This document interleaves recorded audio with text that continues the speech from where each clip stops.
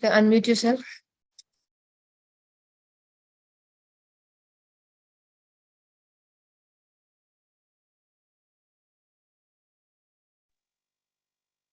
Meenakshi ma'am is there.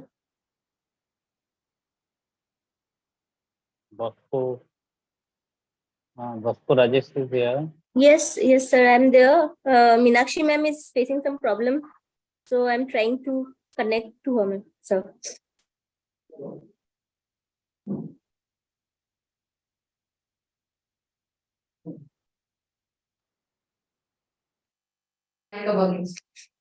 Amrita, am I audible? I'm Dr. Jini here. Yes, sir, you're audible, sir. Good evening, sir. Oh, good evening. Good evening. So, Director sir is our chief guest. Dr. Multi-Pronged sir is here. Sir, you're visible as well. Okay, thank you. Good evening. Good evening, Jini sir. Good evening. Good evening. Welcome.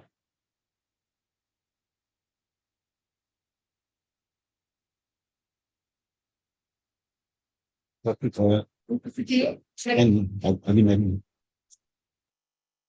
is too fast. Pen is too fast.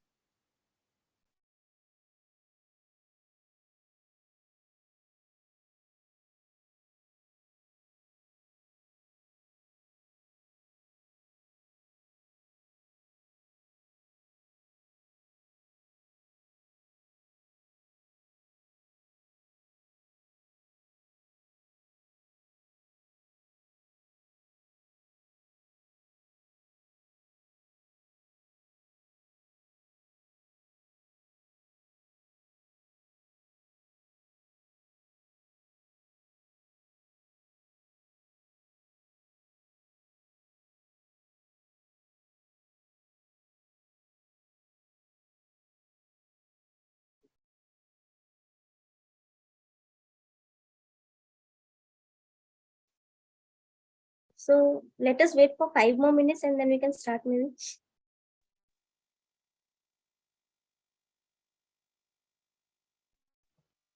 Let me call to Meenakshi ma'am.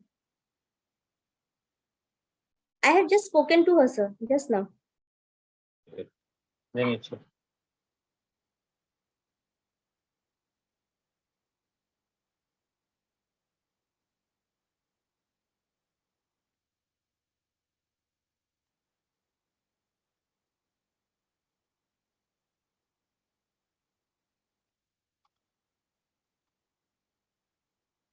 So on the chat box, Ravinder sir has shared the YouTube link also, so participants can even access through YouTube.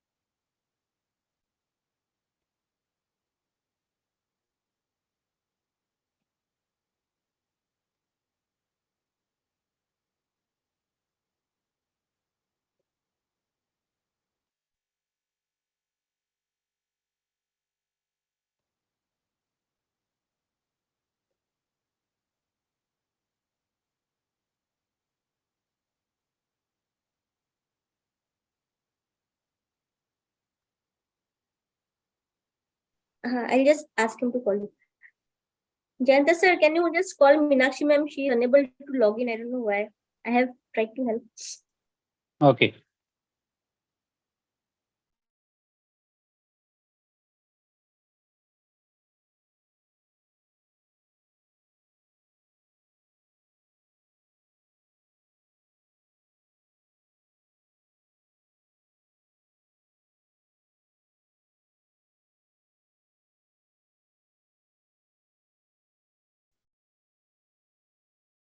Ravindra sir, can you give the video permission for the speakers and for me as well?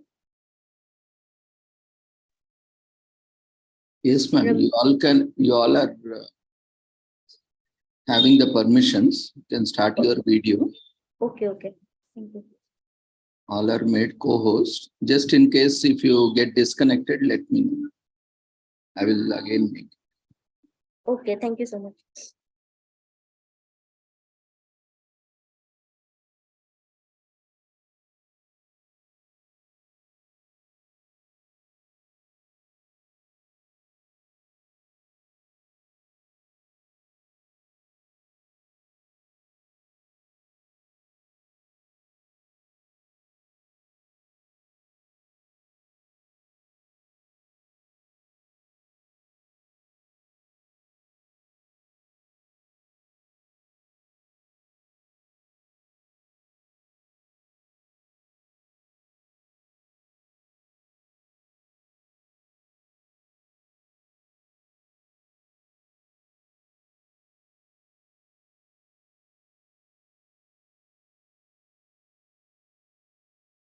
I think Meenakshi ma'am has joined it.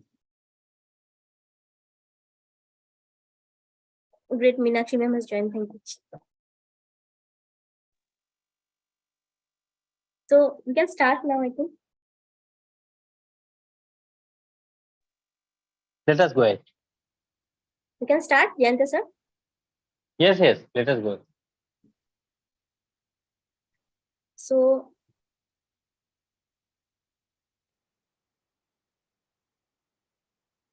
All our speakers are here. yes, I can see most of them. Okay. Let's So, start. so we'll start without further wasting time. A very welcome to esteemed chief guest, guest of honor, dignitaries, and participants from all over the globe.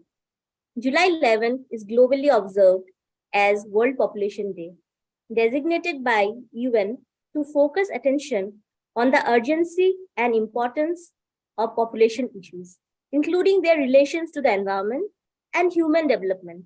However, very few know that it was suggested by Dr. K.C. Jakaria, a famous Indian demographer from Kerala, to mark this day when world population reached 5 billion on July 11 in the year 1987. However, it was observed from 1989. So World Population Day aims to increase people's awareness on various population issues such as importance of family planning, gender equality, poverty, maternal health, and human rights. So over the past 12 months, if we go through the main changes in the population milestones, so what we see is the first in November 2022, the global population officially hit 8 billion people. And second, in April this year, India surpassed China to become world's most populous country, according to UN estimates. However, this year's theme is gender equality. So let me not take much time and invite GFSRD founder, Dr. Jayanta Chaudhary, to give the welcome address. Good evening, everybody. Even as it is an international program, so it varies evening or afternoon or night also. Program with welcoming all of you. We are happy that we have distinguished speakers from different countries, and I'm sure that they are going to present their thoughts on different topics related to population. it is true that population sometimes it's a asset or burden. It's a big conflict. Like now, if you count that the top 5 countries as per the population in last few decades, it's happening. India is holding #1, then China, then USA, then Indonesia, and then Pakistan. So there's a rapid change in the population, and when the population is changing, it is not only number; they associate other things. Are you getting me? Yes, audible, sir, audible. Okay. So associate other issues are there. It is related to health, it is related to education, it is related to water sanitation. All the basic needs are also important, and obviously the investment on those sectors. And that's why sometimes the population, if we have the population with well trained, educated, then it's an asset. It becomes human resource development. If it is not like that, then it becomes a burden for any countries. So with this junction, it is as the global population is increasing and also increasing in different ways. So the as it's as mentioned, whether it's a asset or burden, we have to think, we have to discuss, we have to faces those challenges, and accordingly we have to bring those policy dimension. We are happy that we have distinguished speakers here.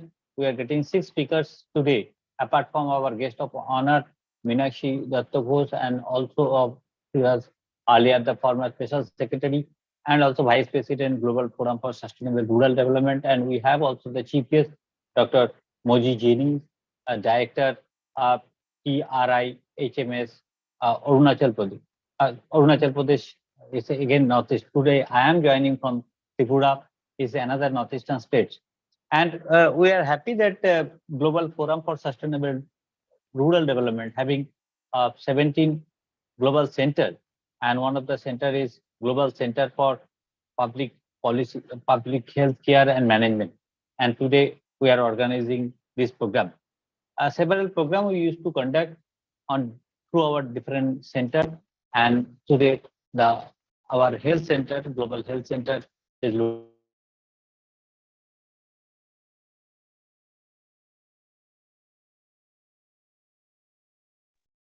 GFSRT as a whole. We are happy that we have the Dr. Aimade from Indonesia. We have Dr. Payal Vishwas from India, Bengaluru. We have our Malu Leke. Malu Leke is from South Africa. He's a good friend of ours. We have Dr. Rajesh from Sri Lanka, and Dr. Ravi always with us from India, and also Boa from Zambia. So we'll get different views, different aspects, different issues related to it. This year, population, the World Population Day, the theme is mainly focusing on gender equality, gender issues, and gender aspect. If you see the demographic data, most of the cases it happened. The data, gender segregated data is very difficult to get. UNFPA and other several things are coming. Even in India, when we are making a different plan, we face the problem, the gender segregated data. We have some data, no doubt about that thing. So this year theme focusing on the gender equality, gender related data in the population. Because even in the ILO report, you know that even in India, there is a lot of women are losing their job. Maybe the different reason, maybe the technology and other things. So it's a very important issue that how the gender can be in the mainstreaming in the different population related study, research, discussion, workshop, and this. So with this thought, today's program is organized, today's webinar is organized, and we are happy that and we are sure that with the distinguished speakers, chief guest of honor, we will get a concrete idea about different aspects, different issues related to population and demography. With this, we once again welcome all the speakers, our chief guest of honor, coordinator for this program, who is organizing Dr. Mita, and also our distinguished learner participant. With this, once again, I welcome all of you, and I am sure that this program will be very meaningful, thought-provoking, and learner for all of us. Thank you very much. Thank you, Dr. Jayanta. That was a very enlightening speech. And now, may I request our chief guest, Dr. Mojigini sir, to grace us with a few words. Among a host of other achievements and awards, Gini sir was bestowed with Shanti Talwar for being the most promising pediatric surgeon in 1994, Governor's Gold Medal for meritorious service in 2010, President of India's Manav Seva Award for service to children in 2015, and Paul Harrison Award most recently in 2018 by CMC Vellore for outstanding contribution to medical sciences. Sir, we are very honored to have you here. Kindly grace us with a few words, sir. Thank you. First of all, I really congratulate the Department of Community Medicine of Tomoreva Institute of Health and Medical Sciences, Medical College and Hospital, Arunachal Pradesh, of which I am the director. It is really a great honor for me to be among very knowledgeable and well-informed panelists. And I am aware that today I am going to learn a lot from them. And I am here to just pick up the pearls. However, though you all are, I think, experts in your own field, especially on the subjects of today's discussion, that is world population and its impact or its influence on women's right or gender equality. However, I would like to share some small thoughts from my side. These thoughts may not be anything novel, but then thoughts they are. First of all, I would like to just start from a general perspective. The first question that comes to me when we are thinking about the world as a population, as a family, is that why are we here? Who made us or who sent us to this planet? If we really try to analyze this, this is mostly, it goes into the realm of religion and philosophy. If you want to explore the scientific aspect of it, it will be just to think about the origin of species and evolution thereof. But then life is such a fantastic thing. I think this question of why we are here is redundant. It is just like it is necessary to count the number of leaves on a mango tree when you have a ripe and sweet mango to relish. So therefore, let us keep aside that question. Now we are here on this planet. Then the next question that we must ask ourselves is, what is our purpose on this planet? I think there are three things which need to be fulfilled. We as a human being, we would like to be born healthy. Secondly, we would like to lead a meaningful, fulfilling life physically and psychologically, emotionally. And third thing is, we must ensure that human race continues forever. Now, if we have to fulfill or achieve these three goals, what are the obstacles that we come across? I mean, the obstacles which stand in our way. One is the question of resources, because world as a planet has a limited resources. Our greed, our plundering and squandering of resources will be one of the obstacles and great obstacles, which is slowly becoming more and more prominent. Second thing is population. As our previous speaker told us, that population is ever increasing. And this is actually increasing very rapidly. As, for example, in 1800, it is said that the world population was estimated at only 1 billion. And it came to, as Amrita told us, that in 1987, world population became 5 billion. And within a matter of a few decades, now in 2023, we are standing at 8 billion population. And it is said that in this world, we have about 3.5 billion acres of arable land. If we calculate how much 1 acre of land can sustain the life of people, it is calculated that the maximum number of people that this world, this planet at present can sustain is just about 10 billion. And we are going to be there, I think, in another 2 decades or so. That is by 2050, we are going to be there. So I really do not know what will happen or whether human development, our scientific prowess will take us beyond that. Maybe we'll be able to convert the Gobi Desert or the Sahara Desert or the dry part of Australian continent into arable land. Maybe we can support life of many other.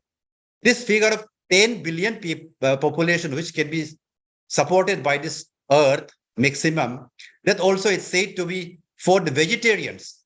If you take like a population like that of USA, where people are mostly carnivores, I think the maximum number is actually only 2.5 billion, it is said. Therefore, I think it's a very big issue. Now, third thing that's important for human survival and continuity of human race is the status of socio-cultural stability.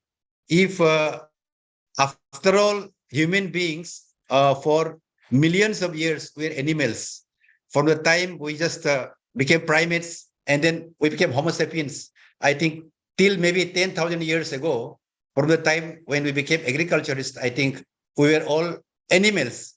So only in the last 1,000 years or so, 10,000 years or so, we have actually tried to be civilized. Even today, I must say that the patina of civilization is very, very thin. We are actually DNA-wise, we're all animals, and we are trying to cover it up with this vineyard of civilization. Therefore, if we do not have a strong, stable socio-cultural arrangement in the society, human race will destroy itself. So therefore, there are 3 things. One is resource management. Third thing is management with population. Second, third is socio-cultural stability. In these 3 aspects, if we see, I think every man and every woman has a role to play.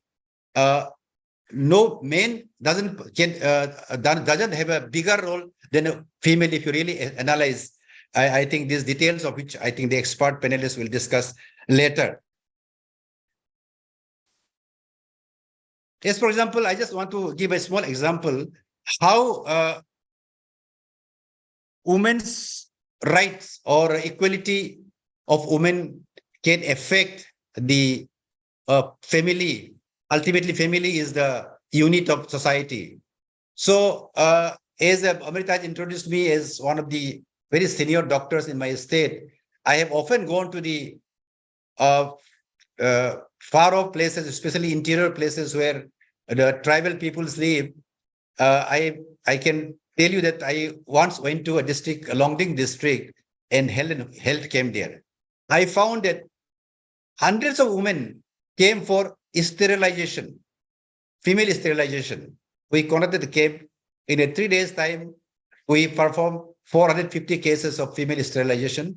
The story was that there, most of the men are indulging in underground activities. They take arms, they rob people, or they extort, and they are most of them are addicted to opium, they will do nothing. But the women folks are the one who will cultivate in the field, bring firewood from the jungle, bring water from the streams, and procreate and rear the children. So this woman said, we don't want any more children. We want to, cut down the number of deliveries. But the main folks are not helpful at all, or they are not at all bothered how these women folks are faring in the society. The meaning thereby, unless we give an opportunity for these women to decide what to do for themselves, I think the society will never progress. And ultimately, as I told you, family is the unit of society.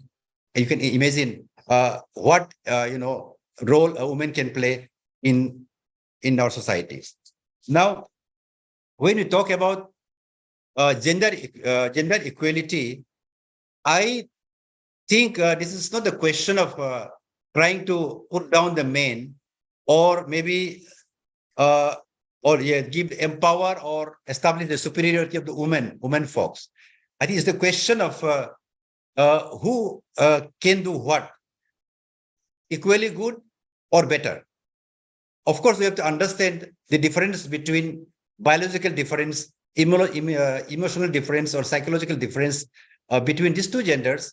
As, for example, men have more muscle power, they are more aggressive, and they have a risk-taking behavior, all perhaps because of their increased testosterone.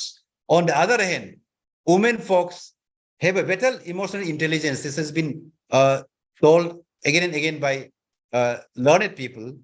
And biologically, as you all know, human biology, human body is superior to that of men. As for example, immunity, for the matter, survival, longevity of life, you all know. And also in the creation of or reproduction of human being, or bringing out the progeny, I think woman has a stronger and better, bigger role to play. But then those are the days, gone are the days when muscle power was important, because that was a time when we were more like animals or barbaric. And today, muscle power is actually redundant. Intelligence is more important than muscle power. Therefore, I think, folks, what I want to say is that women gender, we cannot call it the weaker gender. We can only say that it is not to bring down men, not to establish female dominion. We must acknowledge biological and psychological differences in both. We must see what their strengths and shortcomings, and to give freedom to choose. So it is not the question of who is superior and who should be superior. So these are the thoughts that I have. I think the expert panelists will now from this take on and then discuss every aspect of the topics of world population vis-a-vis the gender equality in today's world. Thank you very much for giving me this opportunity to speak to you.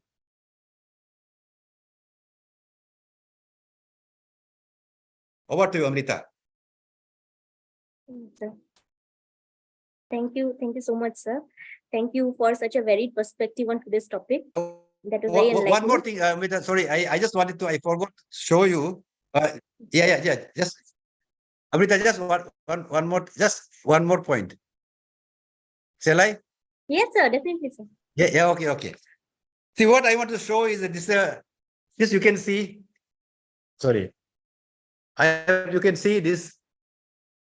The Venn diagram. This is a Venn diagram which we use in the schools. A mathematical, concept expressed in terms of figures. Here you can see a blue circle that say you assume that this is the things which qualities or the skills that a man has, say intellectual or physical or whatever. And on the other side, you can see the red circle. This is what we thought, or what it was considered to be the role of females in olden days, when muscle power was more important. But as and when, our civilization improved, I think slowly the things that women can do has slowly expanded. And today it should be like this. Red circle is of the men, sorry, So it's, women, and blue is upside of the down, sir. men. Upside. Oh, sorry. Okay. Now the area which is shaded only on the red is the area where only women can do.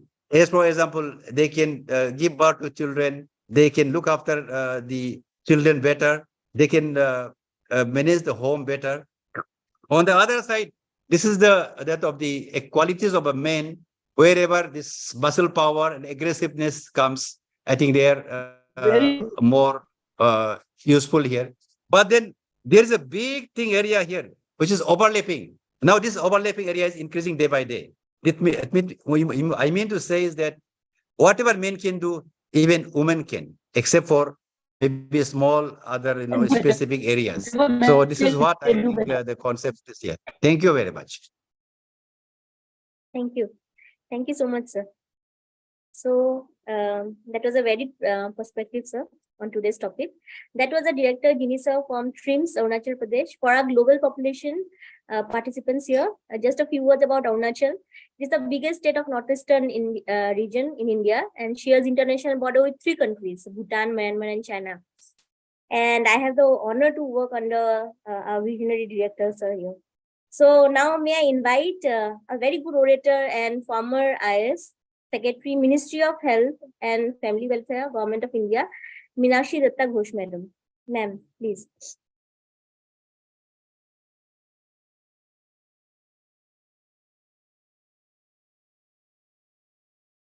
Ma'am, are you here, ma'am? She was having some internet connectivity issues. Meenakshi, ma'am? Yes, you can see me. My video is on. Ma'am, we can't see Hello. you, but we can hear you, ma'am. Yeah. We can't see No, you. no, no. You. I mean, one more. And I.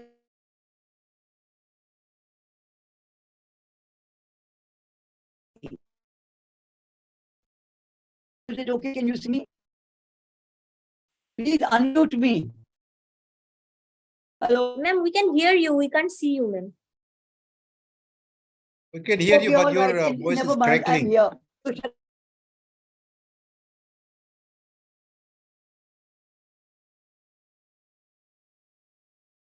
We can't hear you now.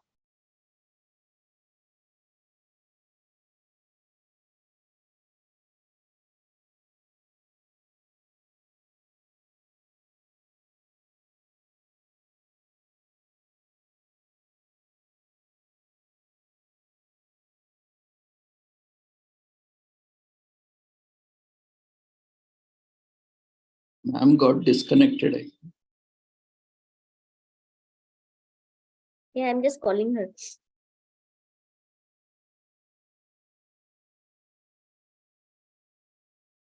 Maybe network issue.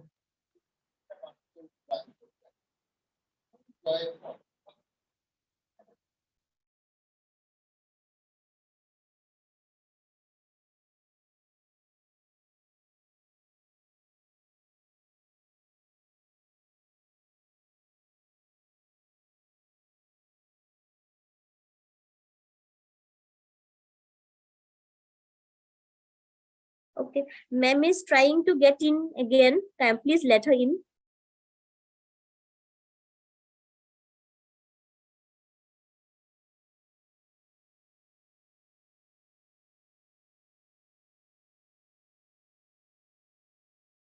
Dr. Ravindra sir, can you see her? Can you? No, ma'am, Please she let her- hasn't yet joined.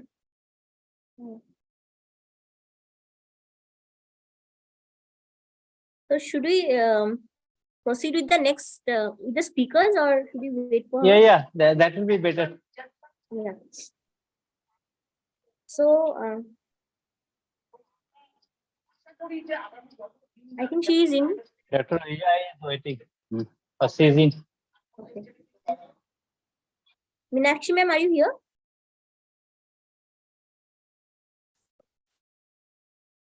So today we have speakers from various expertise, and our first speaker, keeping in mind the time difference from Indonesia, is Dr.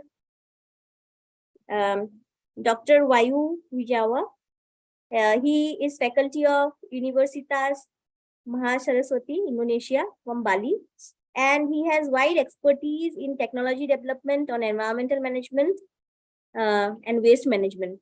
So this is a very important topic for today, considering the population explosion in many countries. So, Dr. Wijawa, the stage is yours now. Please give a few lines of your introductory lines of yourself before you start. Thank you. Okay. Good evening, everyone. Thank you for your invitation for me to have a chance to share here a little bit. And I would like to thank you very much for Dr. Jayanta, Dr. Moji, and Dr. Amrita for inviting me from the GTPHM and the Department of Community Medicines. And also other speakers. I would love to hear another presentation as well, and all of everyone that coming here tonight to celebrate the World Population Day. So let me say my presentation first.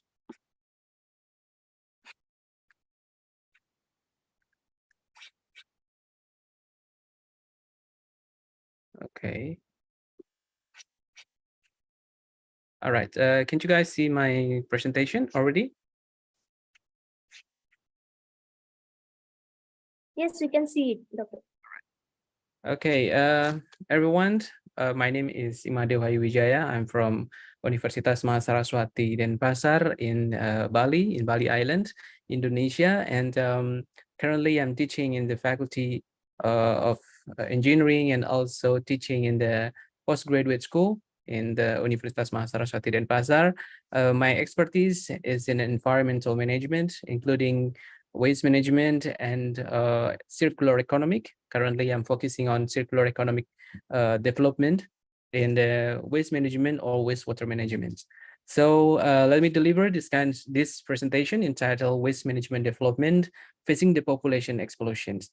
So my presentation will be more focused on how the populations give an impact to the waste management, to the condition of the waste generation, and how to cover or handling the waste management, especially for like the waste generations, and then how the impact to the environment.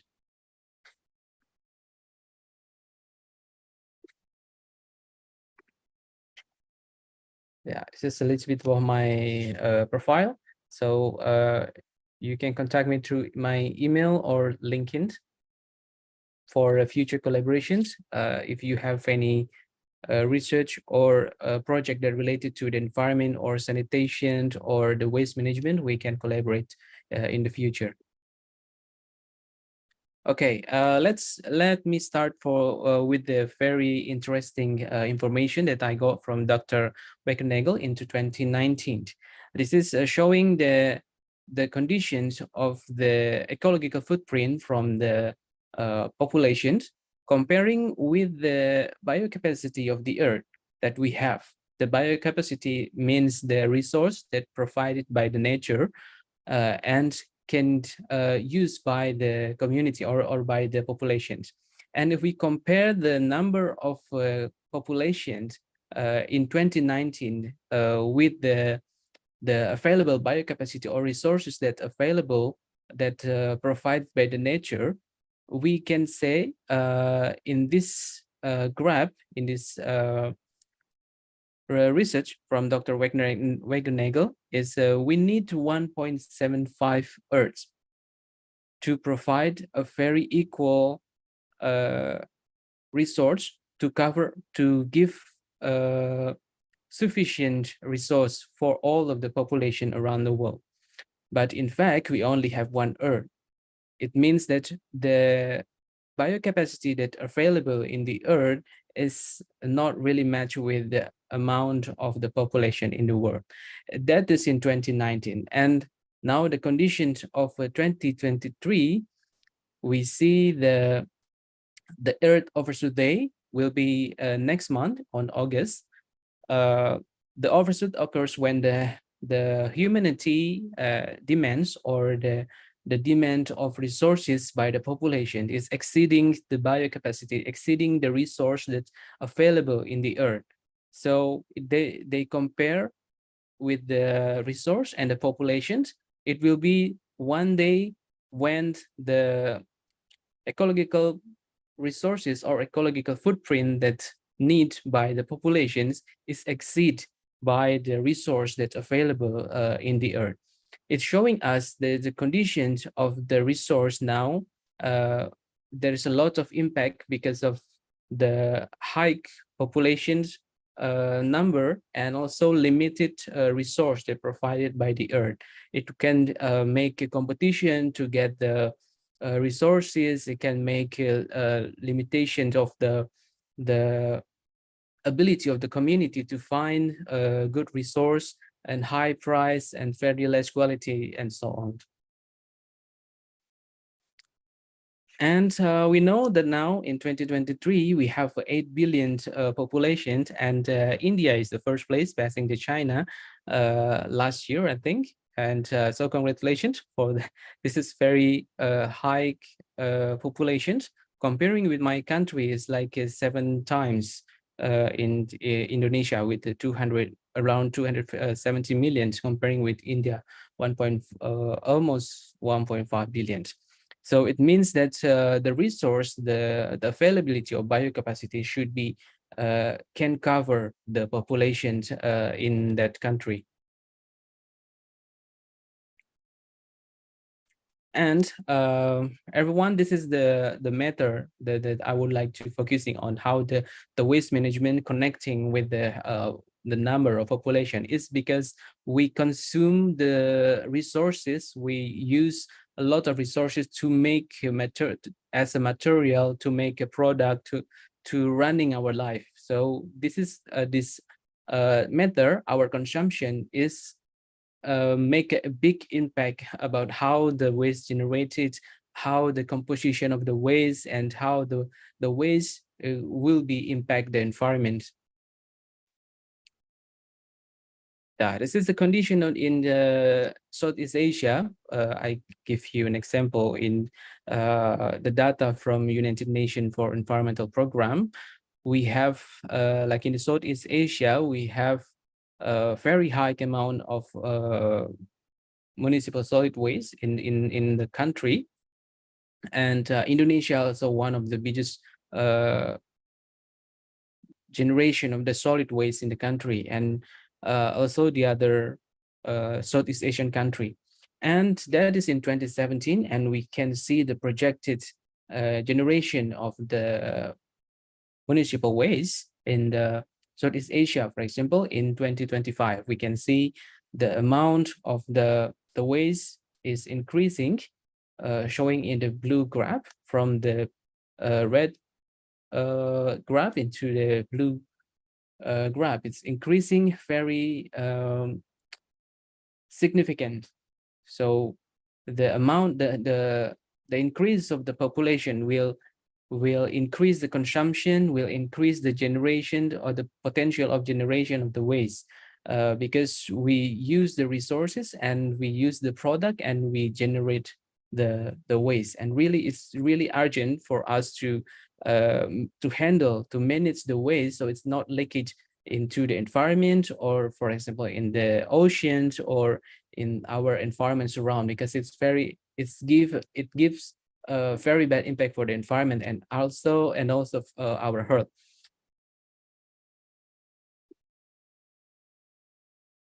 This is the conditions of the solid waste, and I took in my area. We can see I think solid waste or proper waste management is still become a challenge in all area, in all countries in the world, especially in developing countries, because still need kind of technology development to manage the waste, to improve the sorting of the waste, following their composition, like organic and inorganic, or a plastic, or a paper, and so on.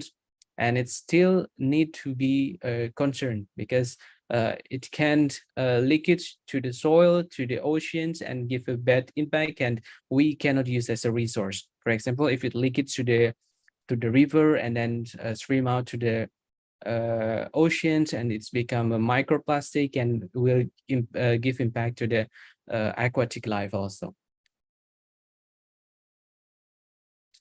And related to the public health, we know about the sanitation access is very important for the whole community. So a high number of populations need to serve with the very proper sanitation access, for example, the clean water access, and then defecation access, and then good sanitation or the wastewater management. So it can help the community to stay healthy, to stay away from the bad impact for the environment. So this is just a part of the environmental sanitation concern that really impacted by the high number of the populations. If the decrease of the populations in one area, we need to concern about the drinking water supply, and then how the wastewater after the use of the water is being treated, and then how they can have a proper access for defecation. So the area will be open defecation free. It can avoid the disease, the waterborne disease, and then it's very related how the government or how the stakeholder provided the public health access for the community. And also the solid waste management is how the community or the stakeholder manage the waste generation in the community, in the city scale or in a regional scale. That because the solid waste now the condition is dump in the landfill without any proper treatment, it will have very high risk of the explosion because of the gas production, and then have a bad smell impact, and also the factor of the disease. And also we need to consider about the drainage system, because in the area, the high number of the population will impact the need, will increase the need of the settlement.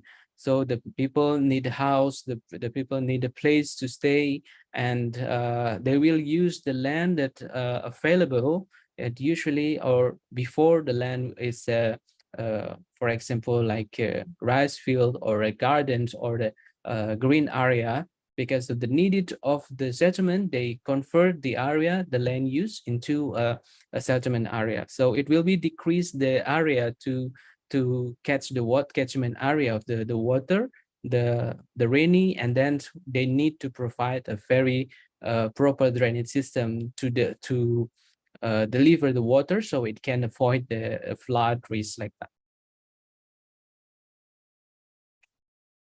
And talking about the water for everyone, we also need amount of water to run our life, right? From the morning when we wake up until we sleep, we need water in all of the component in our activity in one day. So this graph is showing how the direct water use, that we really use the water directly in our daily life. For example, like in kitchen, laundry, bedroom, and then the flushing and the other activity. And the right side is showing the indirect water use. This count the water that usually used to produce this kind of product. So for example, to produce a slice of bread, they need 40 liters. They count how many liters they need to produce the slice of bread from the factory until they can produce the bread. So it doesn't mean that you need to stop eating bread or stop drinking coffee because it consumes a lot of waters. Doesn't mean like that, but it's just to consider how the water is the main resource that we need to conserve, so we can use it sustainably more sustainable, and how to keep the water cleaned and not polluted. So we need to really concern about the number of the wastewater that produced by the use of the clean water of the water in our daily life. So it's showing that the high number of population will impact the number of the water, the number of the water that used by the community, and how much wastewater that produced that need to manage, need to treat before they discharge into the stream or they insert to the oceans like that. And this is showing how the solid waste management technology spread in Southeast Asia. We still have open burning that's very harmful for the environment because it produces toxic gas. Also, we have other options like composting, incineration, sanitary landfill, and almost all countries still practice the open dump that really actually have a bad impact for the environment, but because of the lack of the technology and then lack of the human resource that to support the sanitary landfill. So in some areas still using open dumping practice. And in the right graph, we can see the composition of the waste in the East Asia and the Pacific that dominates by the food waste. So the food waste is still dominant in the composition of the waste. It means that actually the food waste, which is organic, is really easier to treat. But because of the lack solid waste management, is not very good treatment for the organic waste.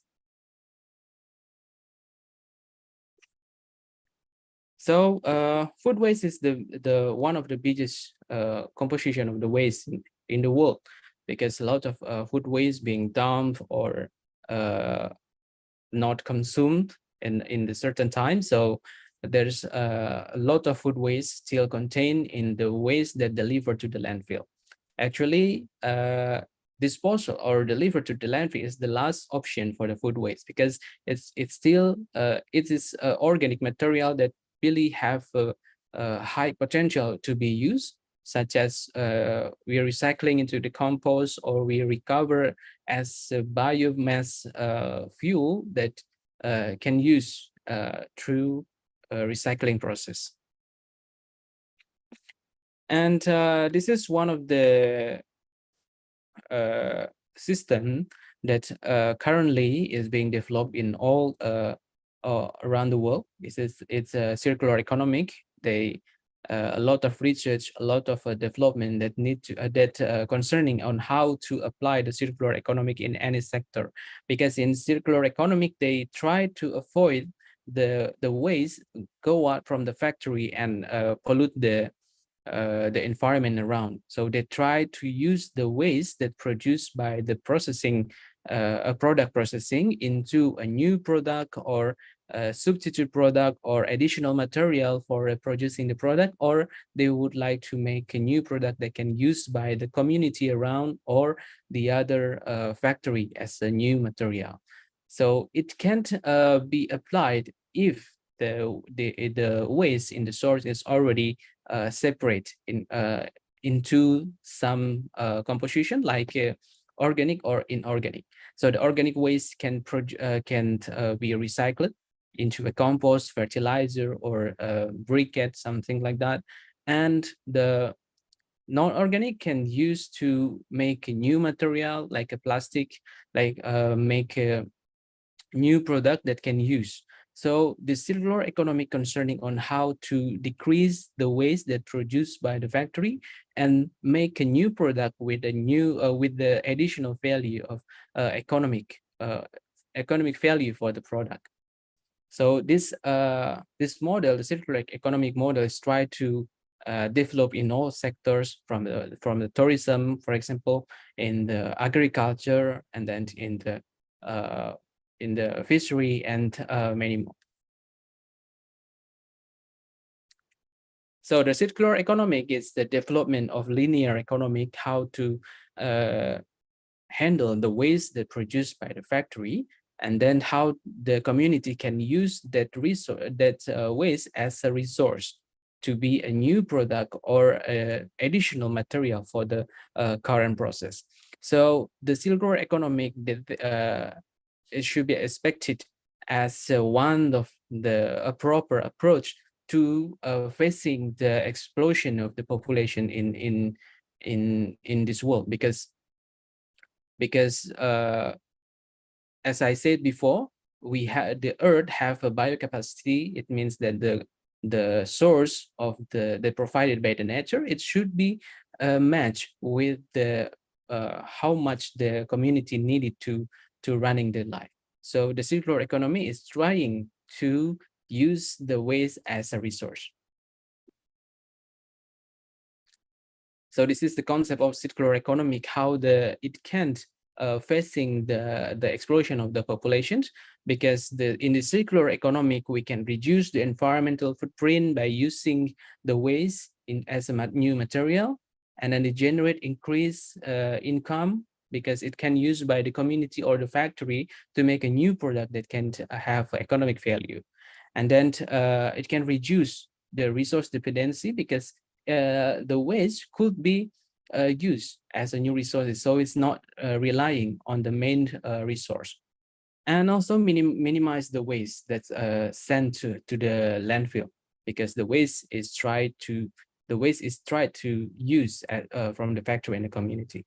And it's a link with the sustainability concept, because it's connected with the economic, the minimize the impact to the environment, and how to increase the value in the social, in the community, how they increase their awareness to the environment, and how they can get benefit from the using the waste from a factory. This is one of the example of the circular economic in the drinking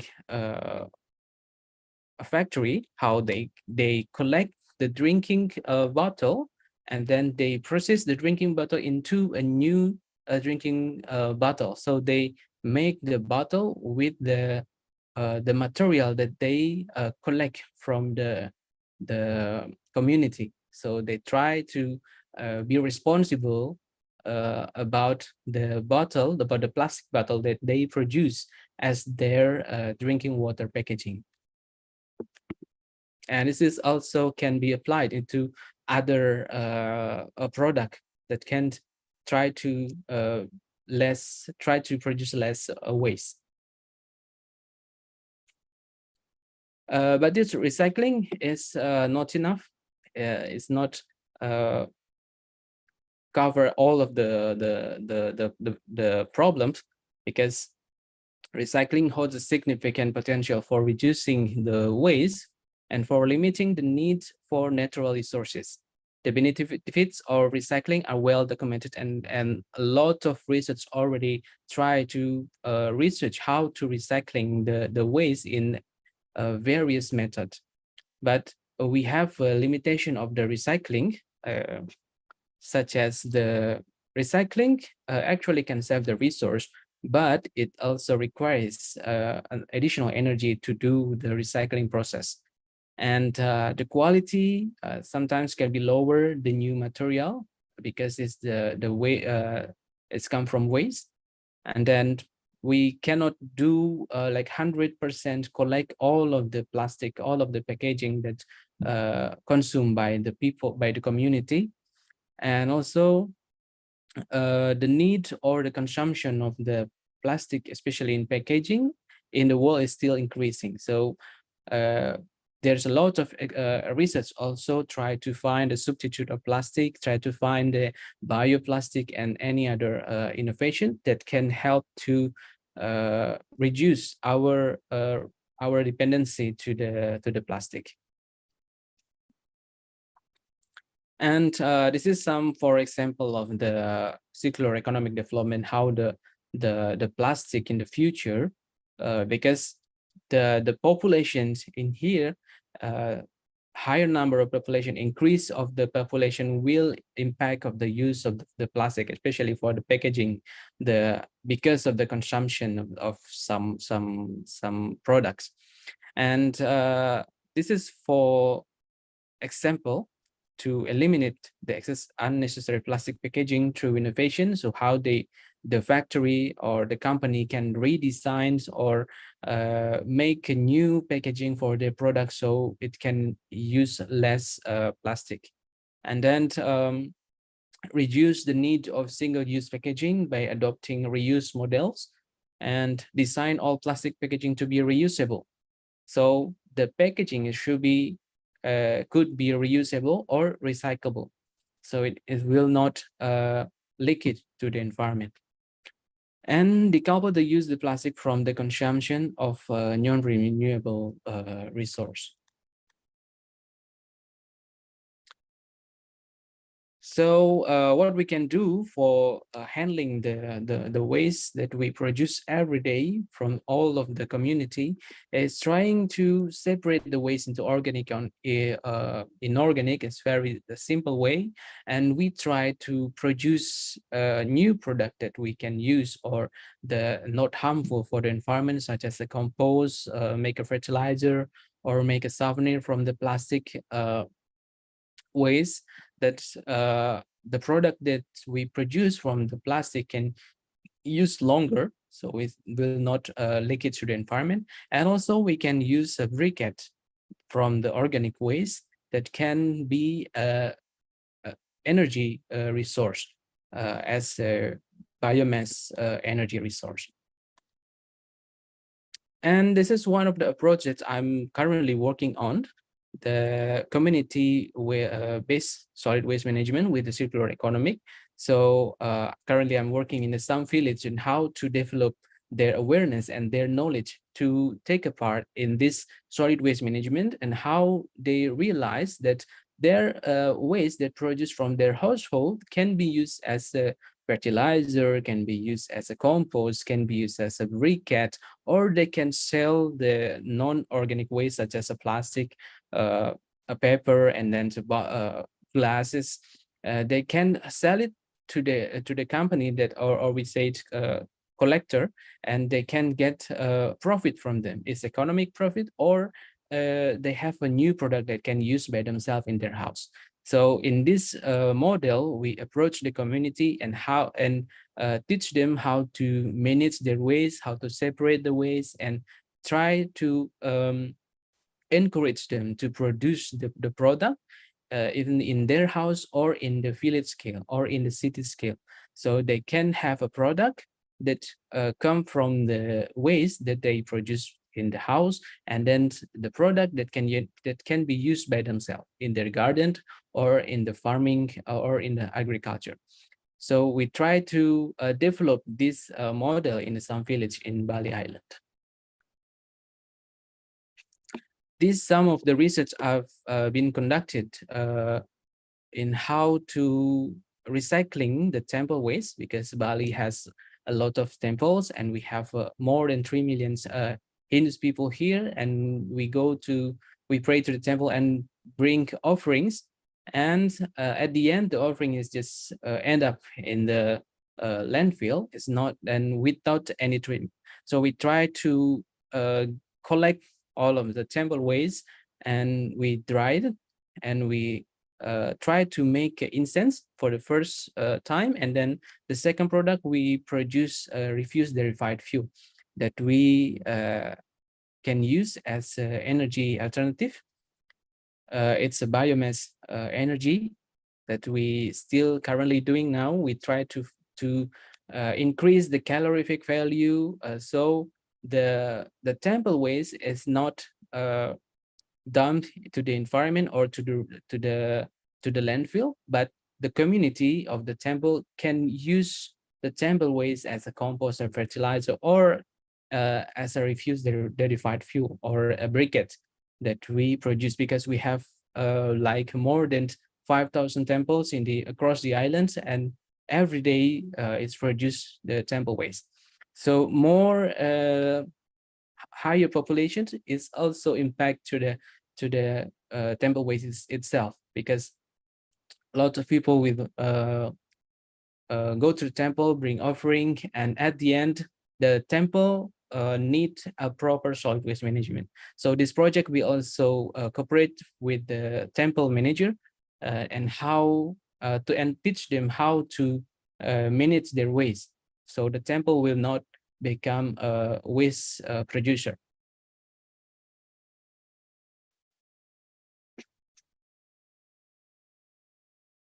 So I think that's all for my presentation.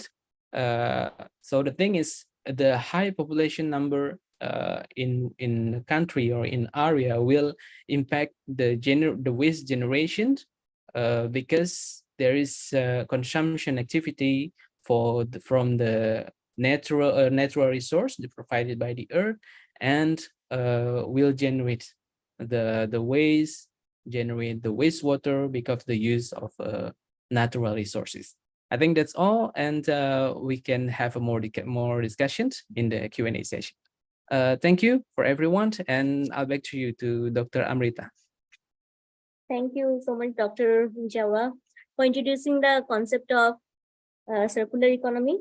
And apart from a very interesting and educative session, your PPT was also very interactive, very beautifully made. So thank you. Participants who have query for Sir may write the query or any questions in the chat box. Meanwhile, we can proceed with Meenakshi ma'am's address. So Meenakshi ma'am, are you there right now? Meenakshi ma'am, are you there?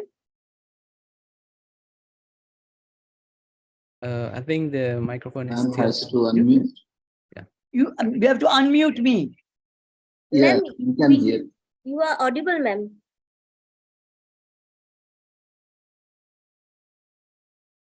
You are audible, ma'am. Please proceed, ma'am.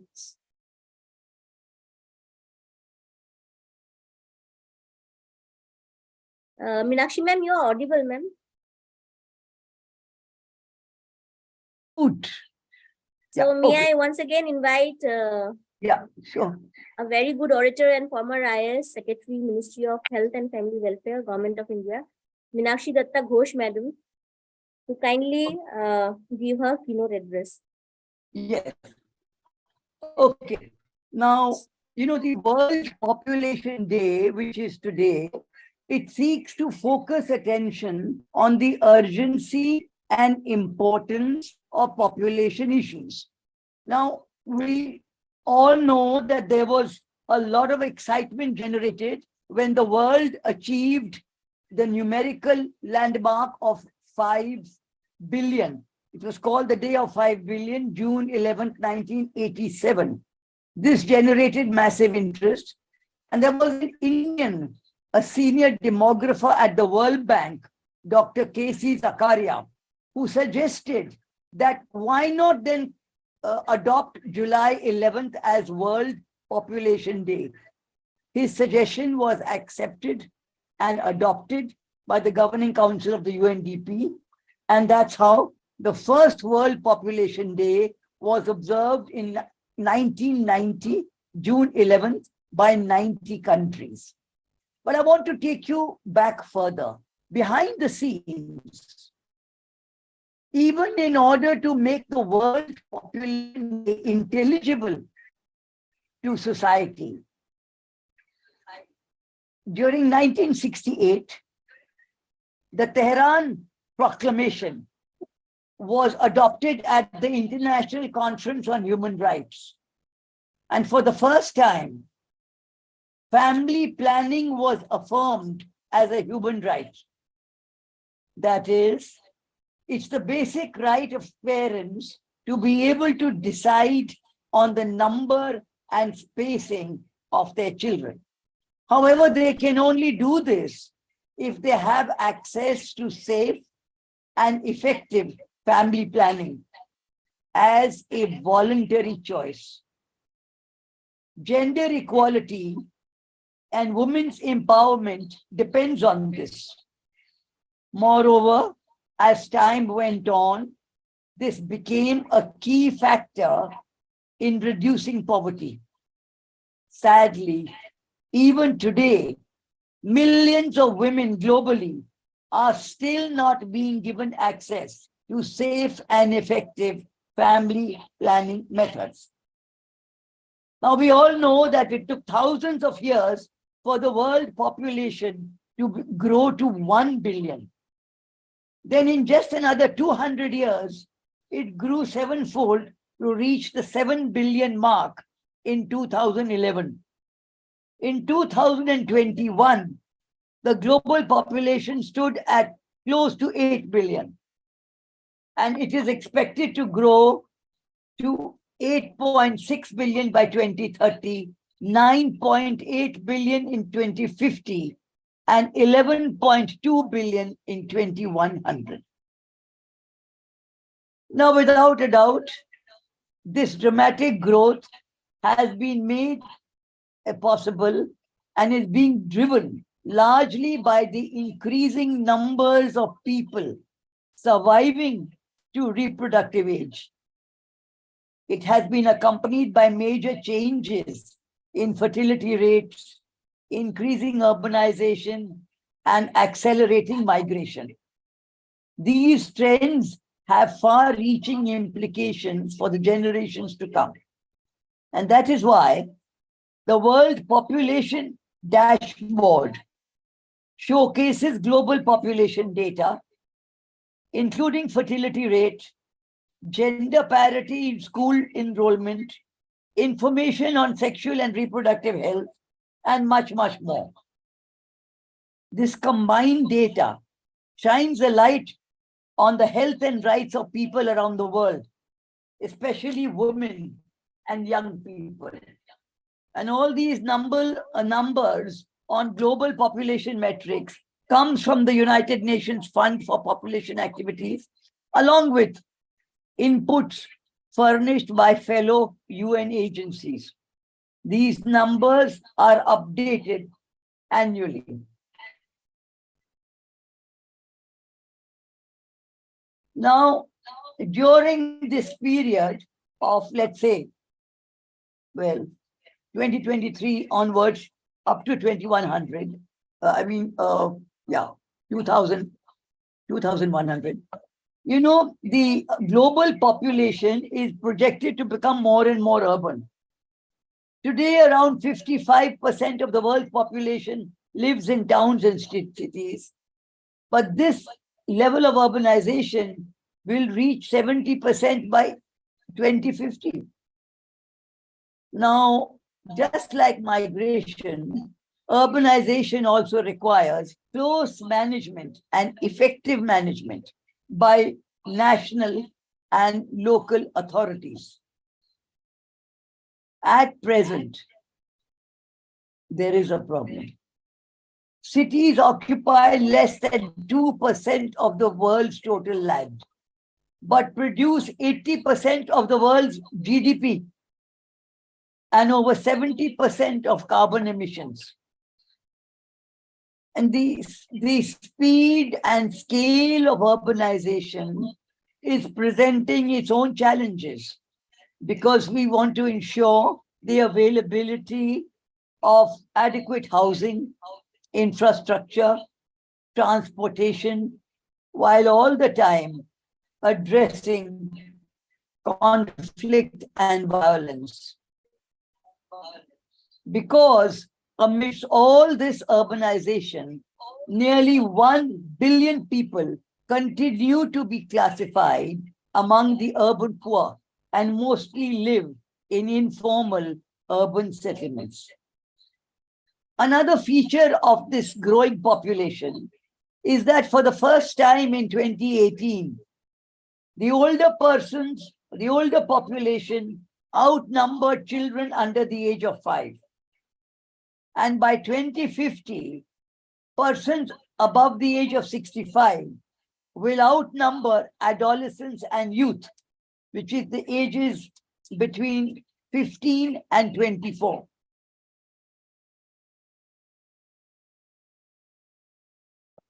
Now, reaching a global population of 8 billion is merely a numerical landmark.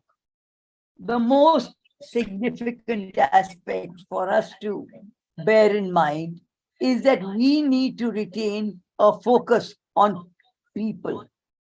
In the world we are building, 8 billion people should mean 8 billion opportunities to live lives full of promise and potential.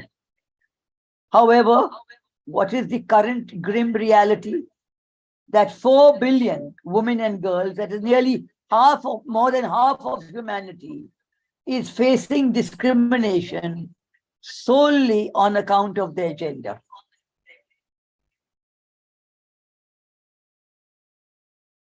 And of course, in this, demographic transition taking place in India and China, so the State of the World Population Report 2023 says that by the middle of this year, India's population will reach 1.45 billion. We're very close to it. And which we will be overtaking China's population of 1.42 billion.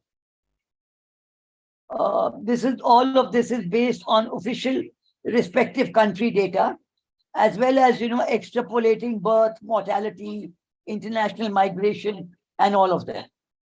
And by 2050, China will have a population of 1.317 billion. And India will have a population of 1.668 billion. Now, India certainly has begun to feel the weight of its responsibility towards World Population Day. During 2023, World Population Day is being observed in 2 phases around the country. This year, from June 27th to July 10th, we observed as Mobilization Fortnight. And from July 11th to July 24th as Population Stabilization Fortnight, with a focus on generating even higher awareness among the masses.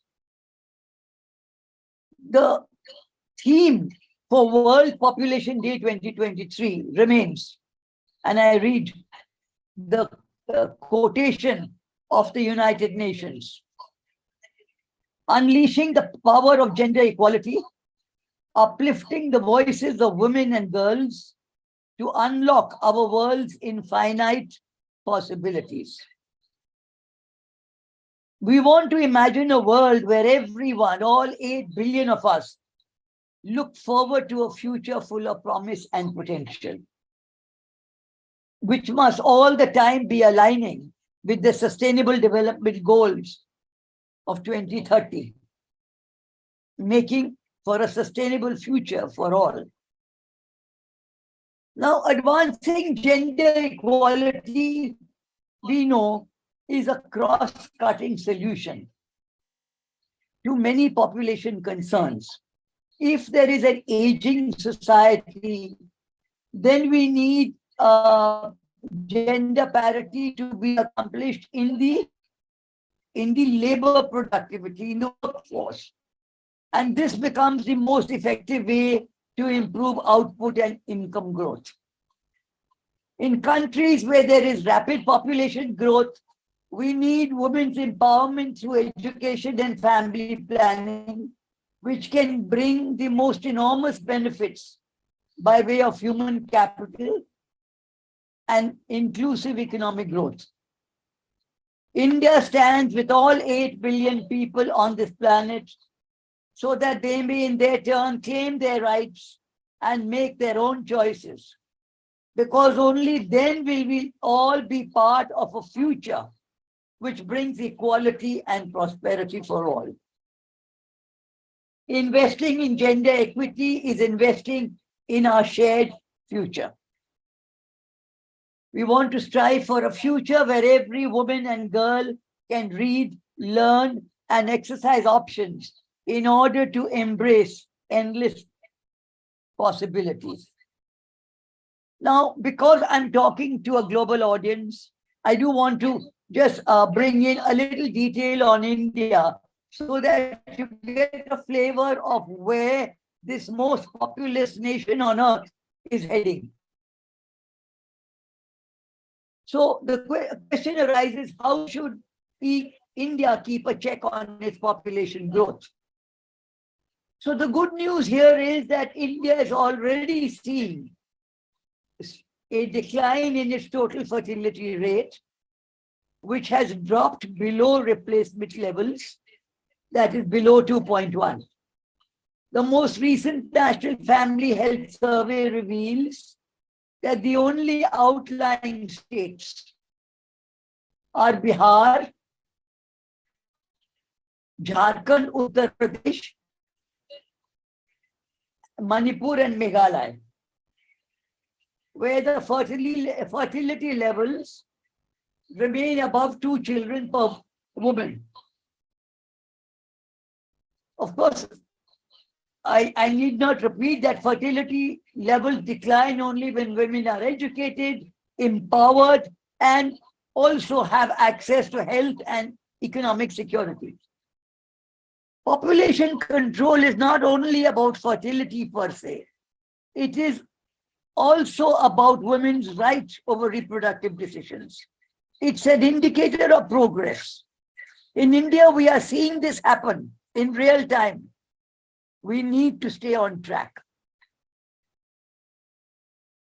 The next question that arises for India is, how do we use this population dividend? This issue of population dividend is also where education kicks in. We need to do much more to get this right. A recent PEW survey from the US estimated that the current median age in India stands at 28 years as compared to China's, which is 39 years.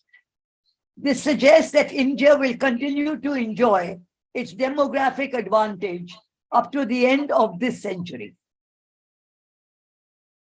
However, in the absence of vocational, not to mention professional education and relevant skilling for the jobs being generated, this demographic dividend could well morph into demographic discontent, as is happening in China.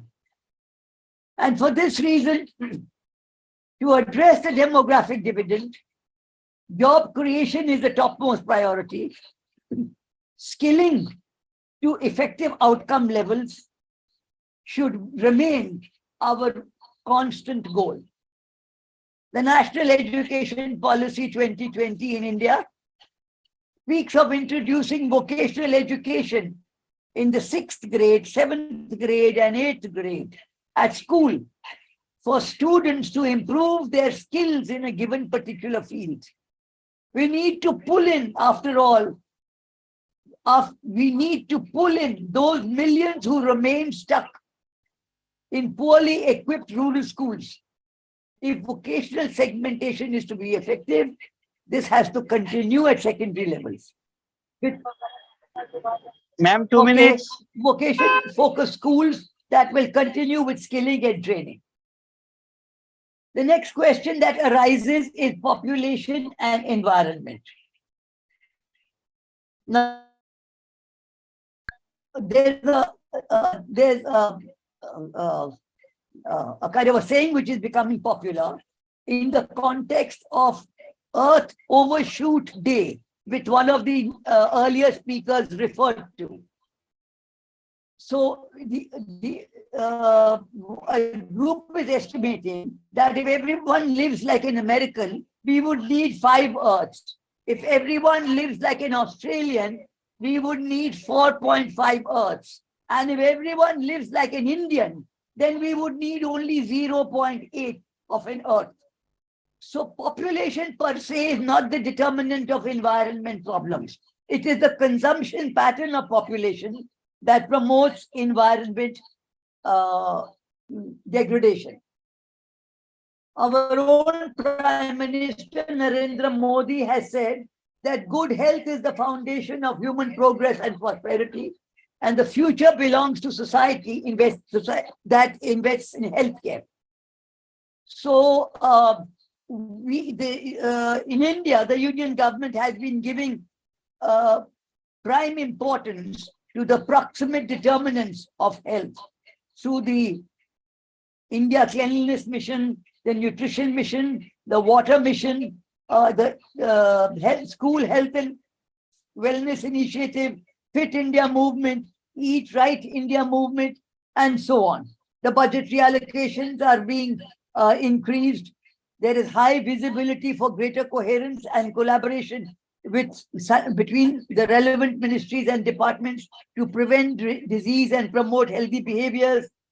Additionally, finances are being pushed in through diverse channels. Government has also strengthened the social safety net for millions of poor Indians. Government has presided over the provision of toilets, cooking gas cylinders, cash transfers to farmers, access to electricity, clean drinking water. There has been rapid construction of much needed infrastructure, new airports, ports, highways, and of course now the oldest railway network in the world, also among its creakiest, is now being modernized. There is enviable progress in the diffusion of technology, including the much wanted India Stack, which comprises of government-based application programming interfaces with the private companies build the online commons. So in this manner, we look forward in India to a healthier population, a more coherent, a happier population, and certainly a much better connected population. Before I conclude, I want to say just two more things. One is that despite this divide into first world, second world, third world, the developed nations, the developing nations, the emerging economies, etc. I want to flag one point. In 2023, it has been recorded that the biggest developing nations outside China, that is nations from India to Mexico, which together account for half the emerging world by economic output and more than half the population, they are now expected to grow at an average pace above 4% per year, or 4 times faster than the developed nations. And as you know, money follows growth. Foreign investment in markets, including India, is on the rise. To conclude, on World Population Day, we focus on every person and most importantly, on leaving no one behind. Some nuggets from the World Population Dashboard. Tokyo is the most populated city in the world with 37 million inhabitants. Nepal has the highest population of women in the world at 15.9 million out of a total population of 29.2 million. New Zealand has 70.3 million sheep, while it has 3.18 million people. And life expectancy globally is expected to rise to 77 years between 2045 and 2050. We hope it will be earlier, although it is already 80 years plus across the European Union. Thank you. Thank you, ma'am, for such an informative address. I would like to add here that we lost Dr. K.C. Jakaria this year on January 21st at the ripe age of 98 years. He was India's first demographer, and he is often fondly called as father of World Population Day. Because ma'am also mentioned his name, I thought we just add this piece of address. Yeah. So may I now invite our next speaker, Dr. Payal Viswasu. She's going to speak on nurturing equality, empowering reproductive health in changing world. And she's the chairperson of Human Milk Banking in Breastfeeding Awareness, Rotary Club, Bengaluru. Dr. Payal, the stage is yours. Thank you and namaste, everyone. Yeah. So I'm really delighted and honored to be here. And before I start with my session, let me give you a brief introduction about myself. I'm a holistic perinatal and lactation specialist practicing over 18 plus years in various hospitals, national and international organizations. And I believe in promoting maternal health and breastfeeding awareness at the grassroots level and promoting support to mothers and their infants for a better future. And apart from that, I'm also a co-founder and director of Institute of Human Sciences for Holistic Health, which promotes holistic health practices and provide education and training programs to individuals and communities. And as I believe in this proverb, if you want to go fast, go alone. If you want to go far, go together. So I'm also actively involved in Rotary promoting maternal health and breastfeeding awareness. So today I will be talking about nurturing equality. I request everyone else to kindly mute their mics. Am I audible and visible? Yes, both audible and visible. Yeah, thank you. So population growth and demographic transition have become critical global challenges. In the face of these challenges, promoting gender equality and empowering reproductive health is paramount. Access to healthcare and reproductive rights play a crucial role in addressing the challenges and harnessing the opportunities associated with population growth.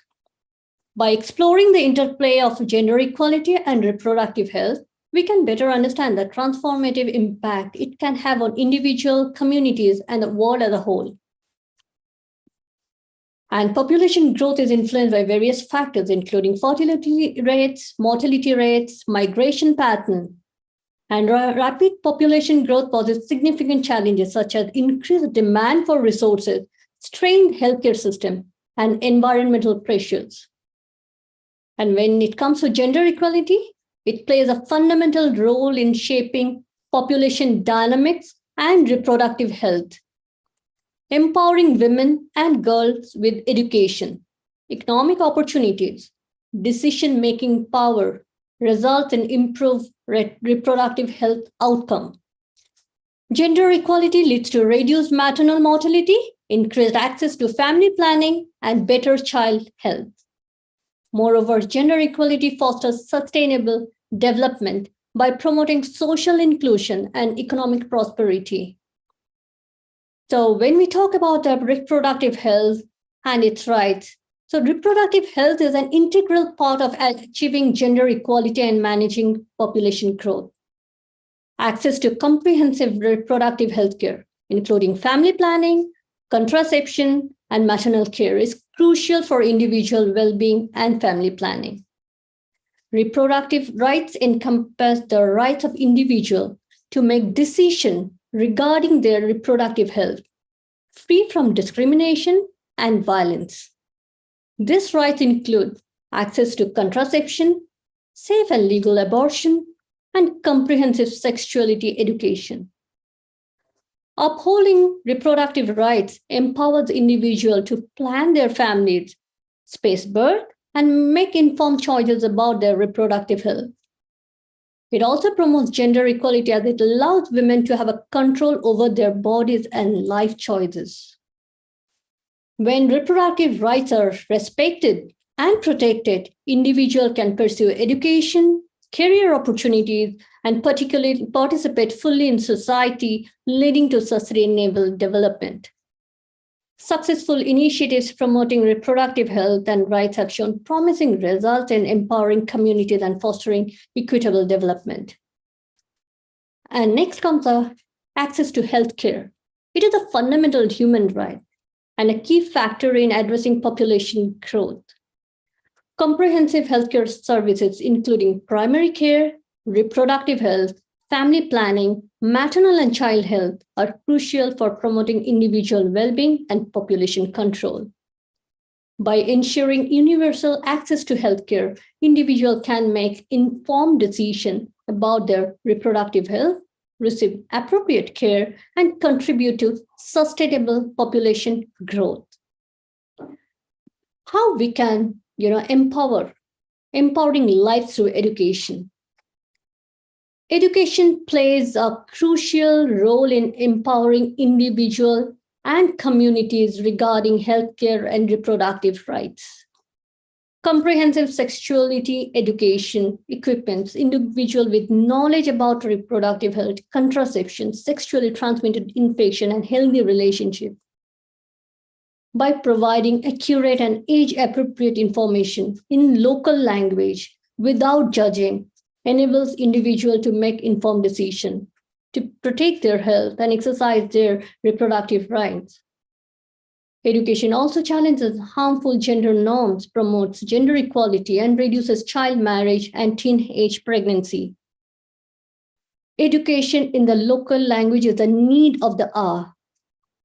And here I just want to share a story about one of my very good friends. Few years back, it happened in a remote village in Karnataka. My friend had been very passionate about promoting gender equality and empowering reproductive health in the grassroots level. And since she is from that village, so growing up, she witnessed the challenges faced by women and girls who lack access to essential reproductive health services, education, and rights. So she is determined to make a difference. She embarked a journey to nurture quality and empower reproductive health in a changing world. She began by organizing community gatherings where she shared knowledge about reproductive health, family planning, and the importance of gender equality. Do you think it's an easy task? No. She often got backlashes. Her family often was, she was treated like something, they were treated like untouchables. Then she collaborated with local healthcare providers and organizations to offer free workshop and counseling sessions. And the best thing what happened was women and girls eagerly attended this session, eager to learn and empowered by the newfound information. Inspired by the positive response, she took her efforts a step further and initiated a campaign to challenge the societal norms and break down barriers to reproductive rights. She encouraged open discussion on topics such as menstruation, contraception, and safe abortion, aiming to eliminate the stigma and misinformation surrounding these issues. With the help of passionate volunteers, she distributed informational pamphlets, organized street plays, and even reached out to schools to introduce comprehensive sexual educational programs. As the momentum grew, her movement caught the attention of the local authorities and international organizations like Rotary, focused on women's rights and reproductive health. They recognized her effort and provide resources to expand her initiative. And her dream of establishing a community health center dedicated to reproductive health and gender equality started to take shape. With the support of the community and funding from different organizations, her vision became a reality. And that community center became a hub of empowerment, providing a range of reproductive health services, including family planning, prenatal care, and then counseling. And it became a safe space for women to seek support and guidance, fostering a sense of sisterhood and empowerment. And that village became the model village for the other village.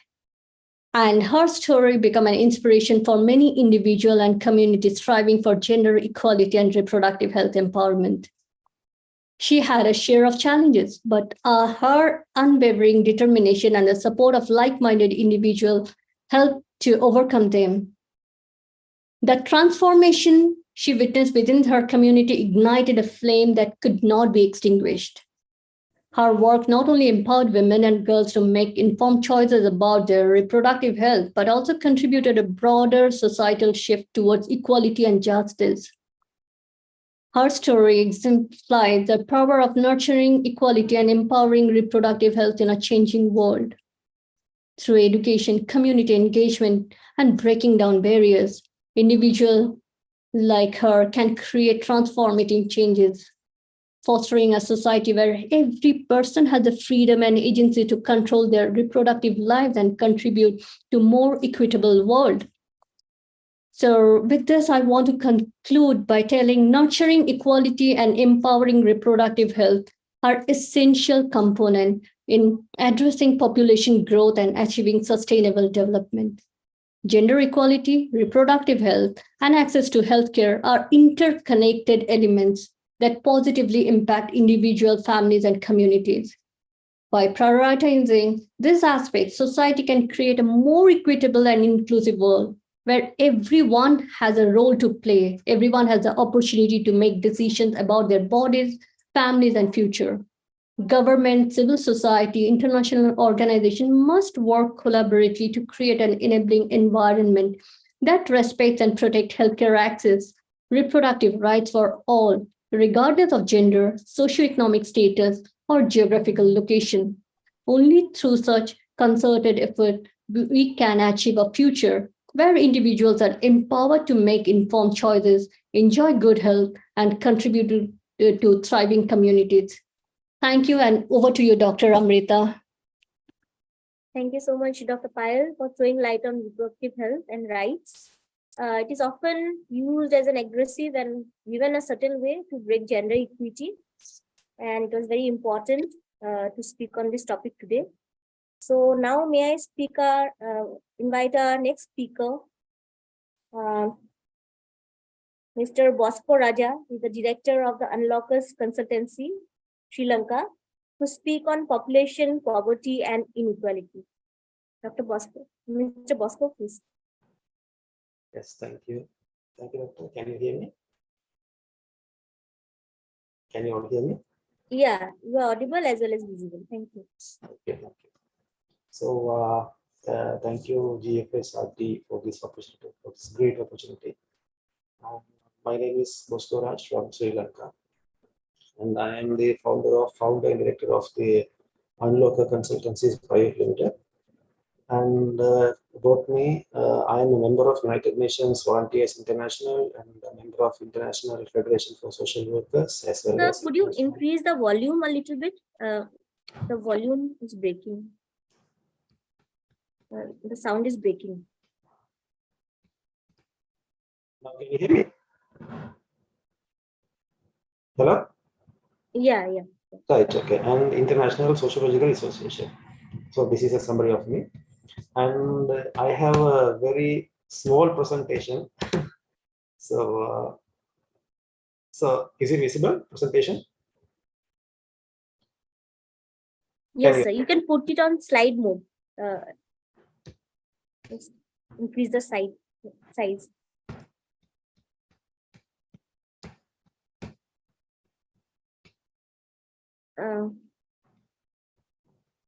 The lower slide share mode, sir. Slide. Or you can just continue. It's okay. Right. Okay. Thank you. So in this presentation, this is a very small presentation.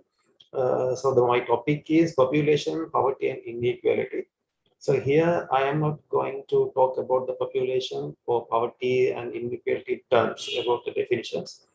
As well as we know there is inequality in the world, throughout the world. So this is based on the statistics. I have to make our participants, including me, to think about this only. So this presentation will give the current status of the world, how the inequality has spread in the world. So the data is based on World Bank report and some resources, Forbes, like that. Right?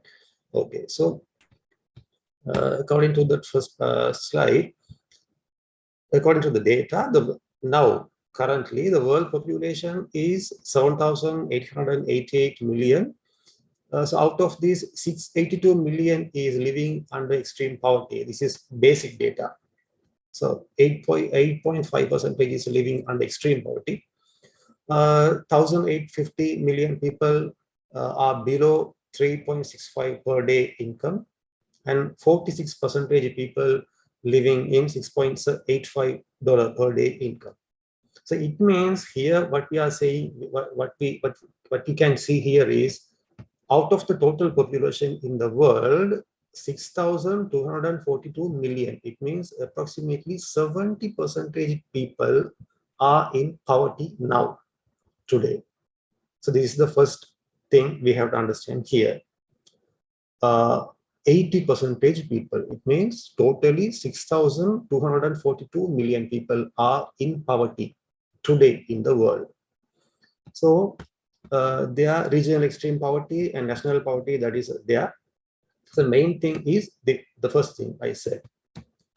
Secondly, so now we are going to, so what is poverty? So for simply introduce, poverty is hunger, lack of shelter, being sick and not being able to see a doctor, not having access to school and not knowing how to read, not having a job, is fear for the future, living one day at a time.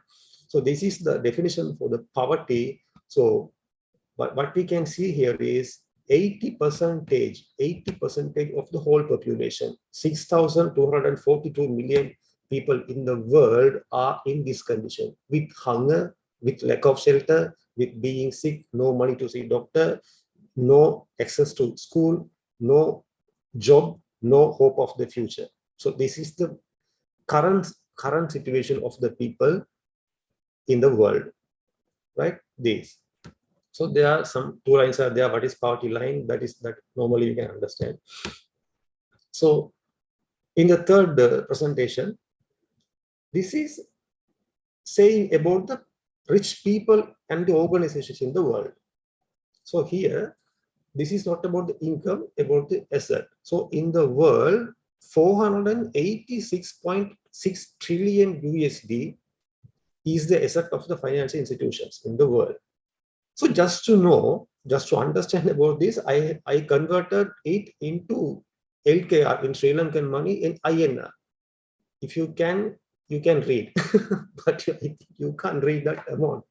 40,200,70, that is we can't read in INR. So that is the money, that is the asset value owned by the financial institutions in the world. So there, half of the world's net wealth, it means if that wealth, 46%, around 50% is owned by 1% people. 1% people. It means out of these 7,888 million people, only 79 million people have the half of the net worth, the asset. So now, and lastly, 55%, it means 4,338 million. More than 50% of people own only 1% of the health. So this is a clear picture about where we are. But these are usual statistics. These are usual statistics. We can read these everywhere. We can memorize, we can understand, we can write in the articles, but we can't feel that. So to better understand, I have another slide. So here, this is very close to our lives. Here we can see top 10s and net wealth. So here, first line shows richest in the world. Second column shows richest in India. Third column shows richest in Sri Lanka. Fourth column shows richest actors in India, that is which name is there. Then richest players in India. So here, richest people, for example, the first, they are, I don't remember the name. So Elon Musk, $242 billion he has. If we take the richest man in India, richest person in India, I think Mr. Ambani. So his amount is 83.4 billion. In Sri Lanka, Mahinda Rajapaksa, he has 18 billion LKR. Shah Rukh Khan, $725 million he owns. The richest player, I think maybe Dhoni, maybe I don't remember. He has the 130 to 140 million rupees. So these people own this much of money, while as we saw earlier, 6,242 million people are under poverty. It means those people don't have even to proper meals or accommodate or shelter or money for food or medicine or school, for no hope of the future. But these people have this much of money. So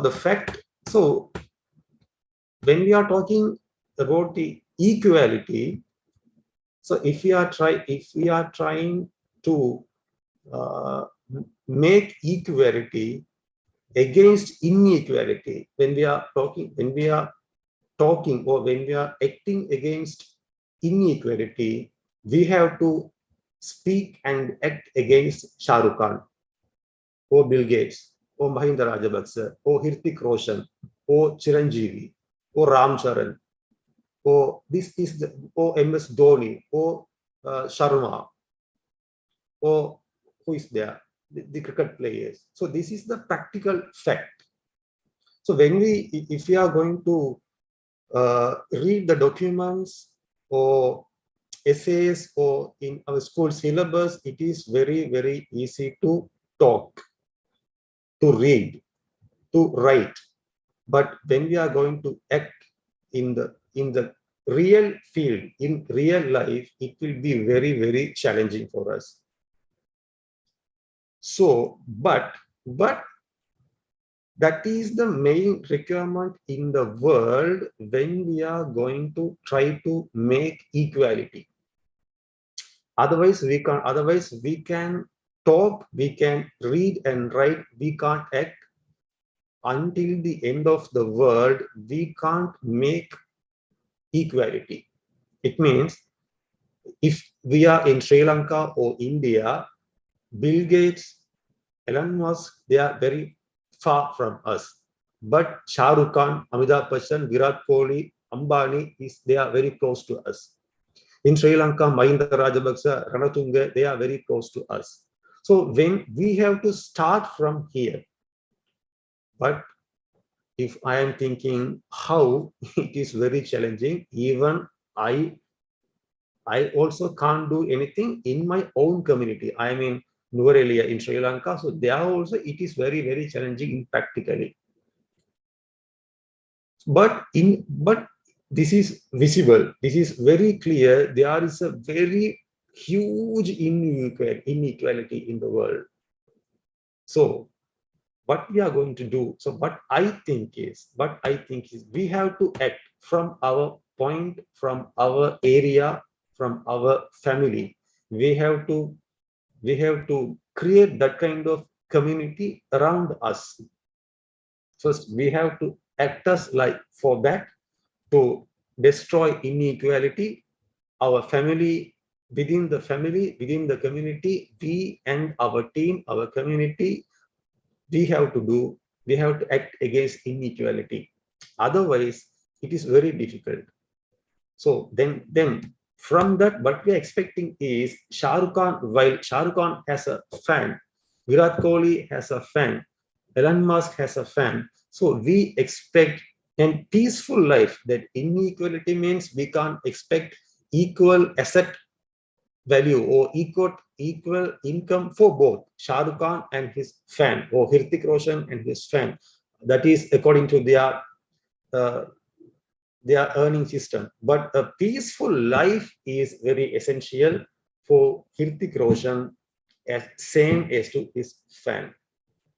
So these concepts we have to get into our mind, and we have to act according to that, but from our community, from ourselves, from my family. So this is the main thing I try to convey here. Here recommendations are there. This is common, but in fact I try to convey a message for our team to start this from our life, from our community. Again, I would like to thank the FSRD and the team for this great opportunity. Thank you very much. Thank you so much, Mr. Bosco Raja, for this amazing presentation in layman language, very easily understandable. So may I now call upon the next speaker, as Mr. Clement is not there. He is facing some network issues. He was there, but it got cut. So now may I call Dr. Ravindra. And Clement told that he is trying, but the host should allow him to enter. He has sent me a message. Okay. So if somebody is waiting in the lobby, please allow. Otherwise, we can go to Dr. Rabi. That will be good. Actually, there is no waiting room enabled, sir. Anyone can directly join. Okay. So, sir, you can start. Maybe you can ask him to try once again. Yeah. Sure. So we'll wait Yes, for 2 speaker. minutes. Yeah. We'll wait for 2 minutes, and then if you can't join, then we'll proceed with Dr. Ravindra's presentation. No. Let us start with Dr. Rabi. There is nothing harm that he will join after Dr. Rabi. Okay. So let us start with Dr. Ravi's presentation. You can stop the slide sharing, Bosco, sir. Yeah. So just introducing Dr. Ravi. Dr. Ravi is presently the Director of Research and Development, Training, and also the coordinator for awareness and campaign with Sri Holistic Health Foundation and Sri Research Institute, Center for Arts, Sciences and Wellbeing, India. Dr. Ravindra has organized, presented, participated in various webinars, seminars, workshops, symposiums, conferences over many years now. And he has academic qualifications in various fields and specialties. And he is the alumni of prestigious universities like Osmania University, Madras University, and he's trained in various training programs, including AIMS, WHO, NIMHANS, etc. So may I now request Dr. Ravindra to kindly go ahead with this presentation. So please. Thank you, Dr. Amrita and Dr. Jayant for the wonderful initiative on the World Population Day. And I congratulate the entire team for coming forward and organizing. So today, as our eminent speakers were talking about various aspects of population, like we started with Dr.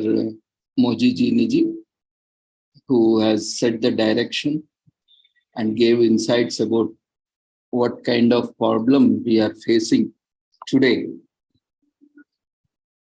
with the existing population, followed by Dr. Jayanji with a brief introduction on population, and then followed by Meenakshi ji. She has very well portrayed the present situation and the various aspects, especially with related to gender. And we have Vijayaji, who had given on environmental management. And also, lastly, Dr. Payalji, she was talking about... Sorry to interrupt you, sir. Do you have a PPT? Because it's not showing. Yeah, I will be starting. Because of paucity of time, I couldn't prepare much content.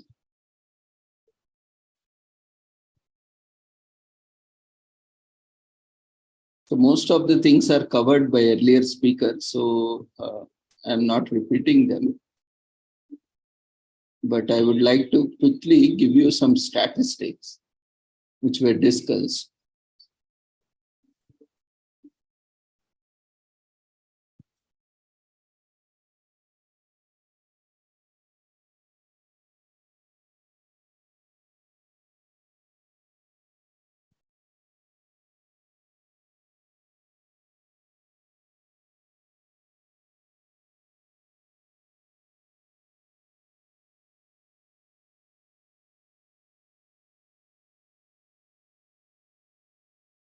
So within the very short term available, being preoccupied with various activities, I could just bring out an idea, though it is not complete, just for engaging. So today I will be talking about 8 billion population. We have recently crossed 8 billion population. That is 800 crore population. So we have enormous opportunity because every individual, as an individual, we can contribute a lot to the planet in terms of sustainable development. And also we have 8 billion challenges. As earlier speakers were talking about various aspects, that's why I started with reference to earlier speakers. We have seen various opportunities as well as the challenges mentioned by our earlier eminent speakers. So with continuation to that, I would be talking about few other aspects, including those in brief. And as we know, we have Sustainable Development Goals, which were adopted in 2015. And we have set the target by 2030 to achieve those Sustainable Development Goals.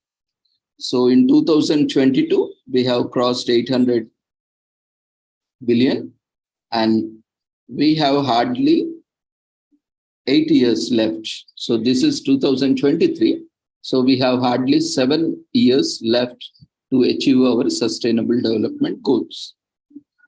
So this year, the theme for World Population Day is unleashing the power of gender equality, uplifting the voices of women and girls to unlock our world's infinite possibilities.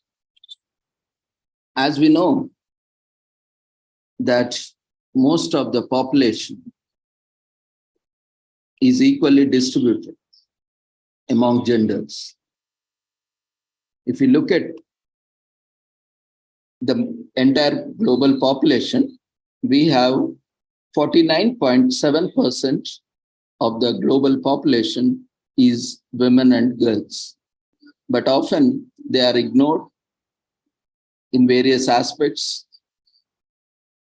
even in household chores or decision making to policy maker and various aspects of education, employment, empowerment, and various other aspects. So the injustice that is being done to the women and girls from the school till the workforce, and even in terms of leadership, empowerment, status, is preventing us to achieve the fullest potential of the population. So when we are talking about opportunities, we are also talking about the challenges. Where we are talking about individual responsibility, every individual is accountable and responsible and has the potential to contribute.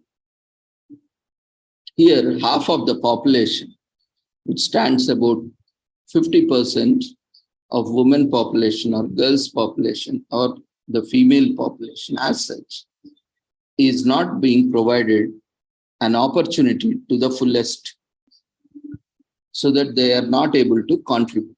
So this is the very first point we would like to raise and acknowledge, that when we are talking about sustainable development, so this is the greatest challenge that we are facing towards reaching our goal of achieving sustainable development targets, the 17 goals set through SDGs by 2030. So how do we achieve this? It is only possible by gender equality, by gender empowerment. So if we see across the world, the population, we can see how the population is distributed and how the various factors are influencing across the world, and those are impacting the population. So this is the current projection. By 2040, what would be the population growth in figures and as well as the growth rate. So since 1950, if we see the projection, the population is increasing gradually and the growth rate is declining over the years.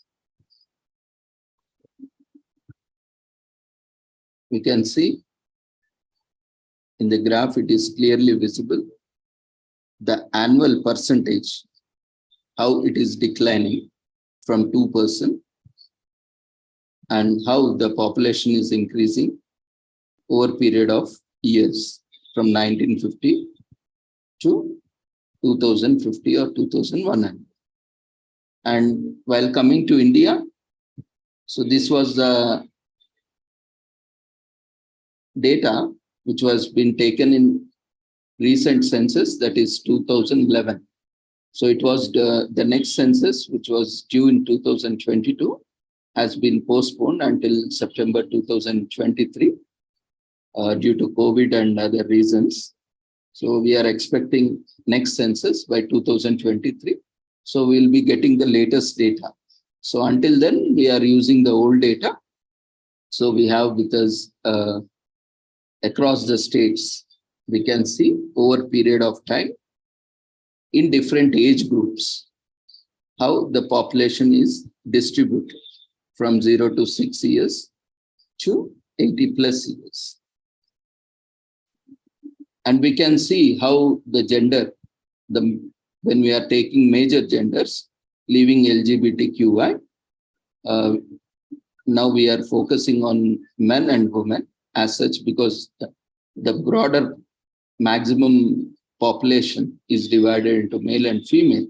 If you see this graph, we can see that almost across the ages, we can see the gender ratio is distributed almost to 50%. So at all ages, we see that both male and female are equal in the entire population. So that gives equal opportunities as well as equal challenges and equal potential to the contribution to the planet.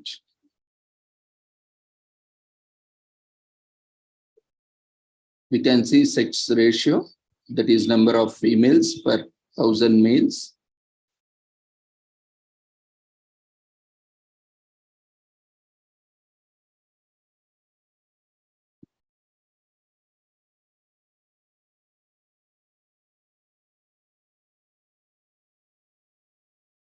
So these are the various parameters, definitions, indicators.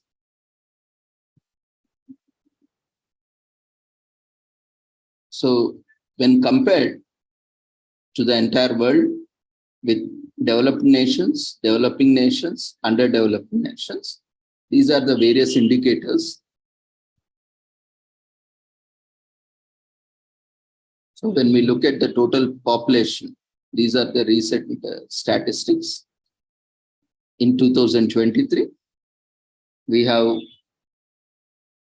total population which has crossed 8 billion in entire world. We can see here, if you observe carefully, you can see that most developed nations and the underdeveloped nations have similar population, which are close to each other. This is one interesting observation that has to be made.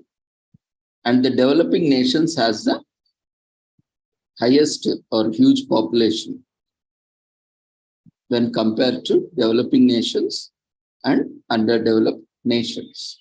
These are due to various factors. So if we see it, even when we take as per age also, these are the various factors. I am not getting into detail because it will consume a lot of time. And Coming to various other graphs related to health and well-being. So these are the indicators. Here we can see, again, comparing from the 3 categories of nations and overall entire world, you can see here the graph and various indicators. And here also you can see maternal mortality rate. It is high in underdeveloped nations and also in developing nations. So in similarly, the family planning methods and the contraceptives used and also the decision making, all these aspects are their indicators. And coming to education, here we can see various indicators. Net enrollment rate in primary education, secondary education, and gender parity index in secondary, lower education, primary education, as well as secondary education. I'm not getting into detail, just a glance of what. And when coming to other aspects like gender rights and human resources and human capital, we can see the various indicators.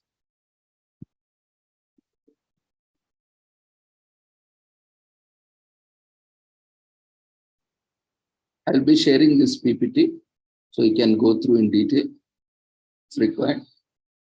So this is how the entire population is distributed across the globe. And in the graph, you can see the darker areas are the densely populated and the lighter areas are the less densely populated. So with this, we can get a bird view of where the population is dense. So you can see India, China, and Africa, America. These are the areas. And the other important aspect, because we were talking about how the energy, the natural resources are consumed, and we are talking about climate change, and we are talking about sustainable development.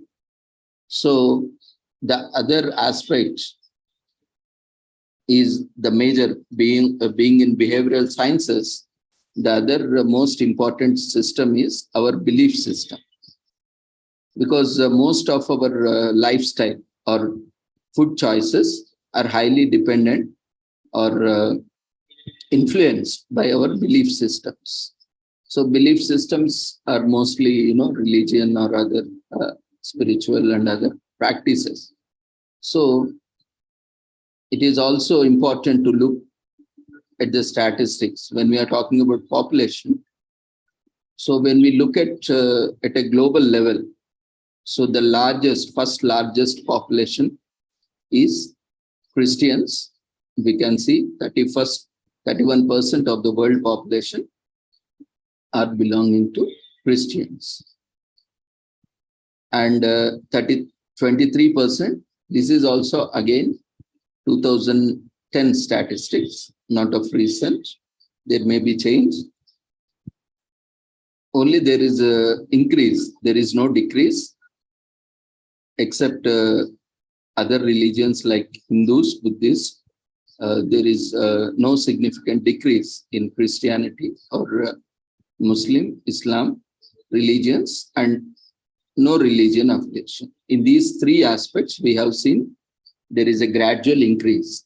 So why we are talking about this is because we have certain cultures and traditions which promote or which deter our environment, our lifestyle, our food style choices. So this is also one important aspect to be looked upon.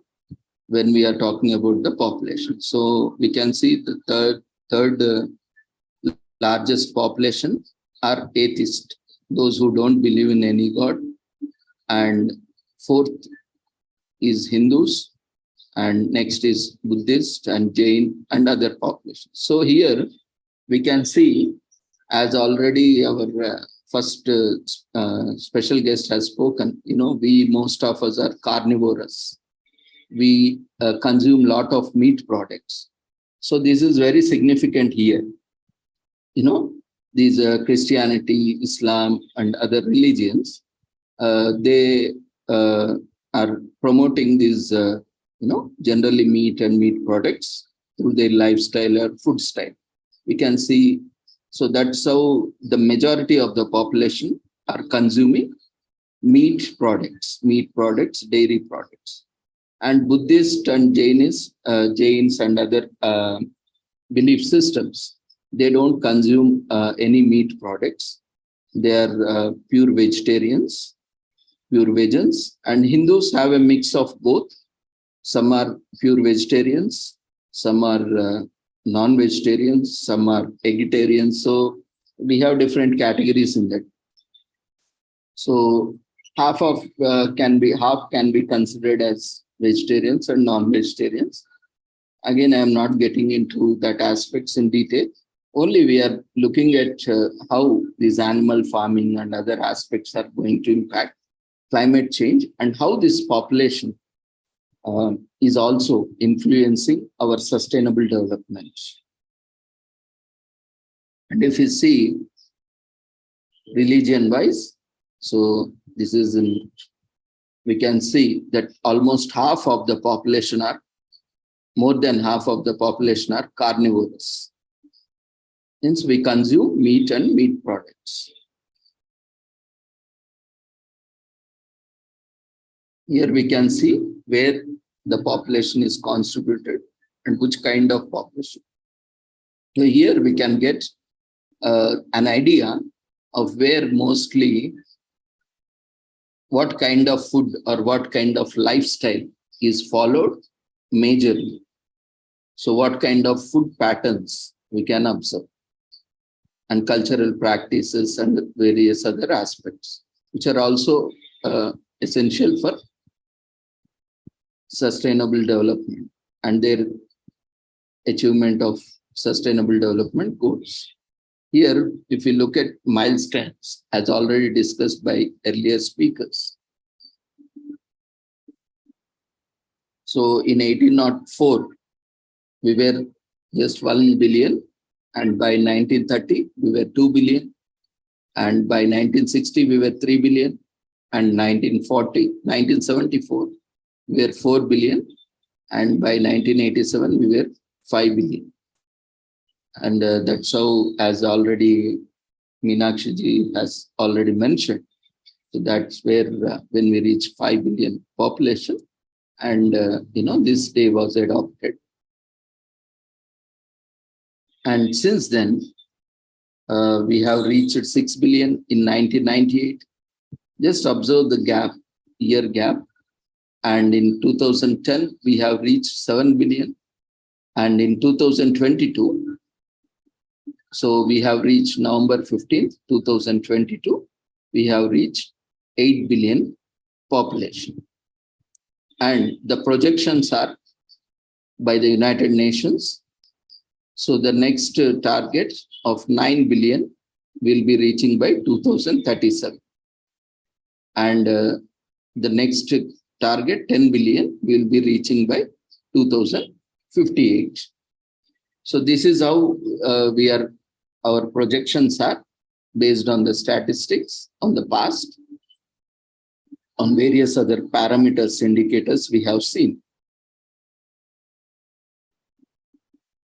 So this is how from year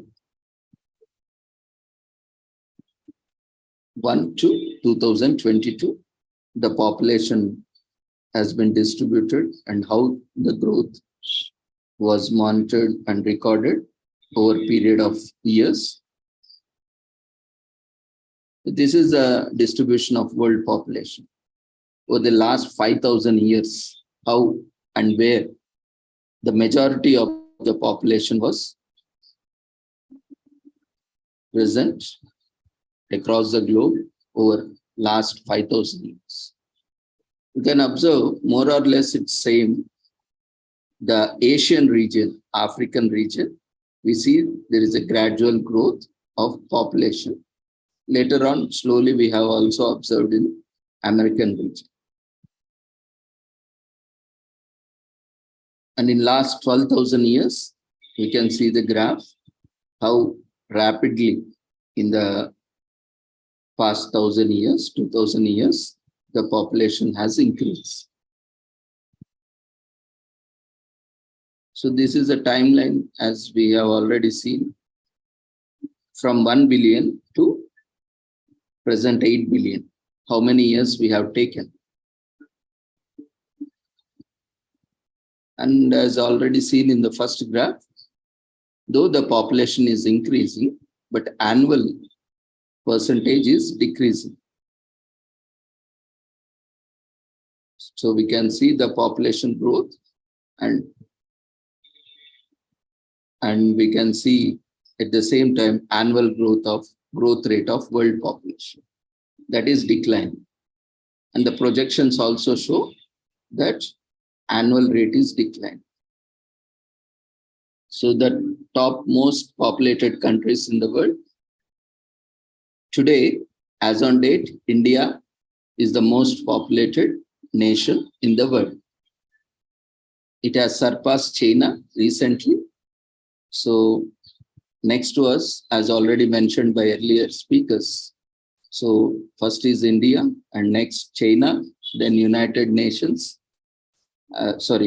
States and Indonesia, Pakistan. These are the top 10 most populated countries. Then coming to geographical area. So these are the largest countries that have the largest area. You can see. Ravindra sir, please wrap up in 5 more minutes. Yeah.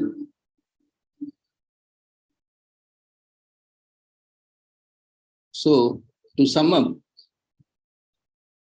here we can see India and China are the most populous countries, with each country having more than 1 billion inhabitants. That is more than 100 crore population. So that is accounting for more than 35 to 40% of the total population. And we are just occupying only 9% of the total Earth surface. So there is a huge stress on the natural resources and also on the geographical region. So that's why we were looking at these demographics and other indicators. In April 2023, India replaced China recently with the highest population to date. And China population, if you see another interesting observation, India's population is growing, but China's population is declining. Slightly, it is shrinking, declining. But when we see the trends, India population is still steadily, gradually growing. This is one more observation we have to be focusing on. And the next country is Russia. It is the largest country on there. We have seen that with the highest geographical location, surface area. And it occupies only less space. Slightly more space than China and India combined. But look at the population and also about the geographical areas, like most of the parts are deserts or forest areas. So only 23% live in urban areas and also between Europe and Asia. And also here 85% of the inhabitants live here. So only 20% of the population live outside cities. And the next concern or the next in competition we can say is Pakistan and Bangladesh. If we see both the countries are rapidly growing in population. Bangladesh is now 169 million when compared to a relatively small area of 1,47,630 square kilometers. So these are few observations related to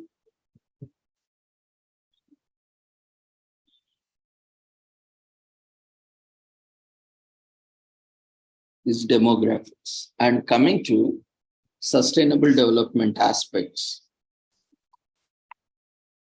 So when we talk about sustainable development, we have 17 goals to be achieved. But as already discussed by many speakers, we have very limited resources. Already we have seen that across the world, even we recently commemorated this World Forest Day and Environment Day and all other days, we have seen in India, especially when we looked at India, the forest cover has depleted. And today we have, as on date, we have less than 22% of the forest area left. And when we look at the resources, drinking water resources, which were initially around 3%, but now the freshwater resources have depleted to around 1.2 to 1.3% across the globe. Why this phenomenon is observed is due to melting of glaciers and rise of temperature in the poles and increasing temperatures, because of which glaciers are melting and even Himalayas are melting at a higher rate. This is causing the snow, the glaciers, which are rich sources of fresh water, are depleting. So we know water is the base for everything. Our civilizations, like the oldest civilizations, Indus civilization, Indus Valley civilization, started, most of this civilizations have started on the river banks. So there is a huge scarcity of water. Now, even our first speaker has focused on how much water is required every day. So these are the various challenges we are going to face. So how much is more and how much is less? Okay, 8 billion population we have, but how much is less? How much is more? How to decide? So as long as we are acting responsibly, as long as we are consuming judicially, we are good enough. But the problem present situation is, even this decade is also decade of restoration, as declared by United Nations. So if we cross this decade without making enough efforts, then we'll be going beyond restoration. We'll be reaching a point where we cannot restore and where our natural resources cannot be replenished. So where the opportunity lies is to focus more on a holistic approach, more with One Health approach, rather than focusing only on human health. We also need to focus on plant health and environment health. That is the need of the hour. We also need to take care of our own nature and environment, only through which we will be able to make good efforts so that we can restore. And it is high time that we preserve natural resources. We have seen various statistics that by 2050, all the resources, fossil fuels, will be exhausted on the planet.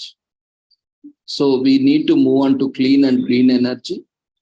Then only we will be able to meet energy requirements. And though we are producing 6 times more than required across the globe, but still we see, I'm not getting into the statistics, but we see the large population are either malnutrition or undernutrition or overnutrition because of our selected food habits. So that needs to be changed. We need to put efforts on that. And especially children and women are more vulnerable to such things when coming to nutrition, health, and sanitation and hygiene.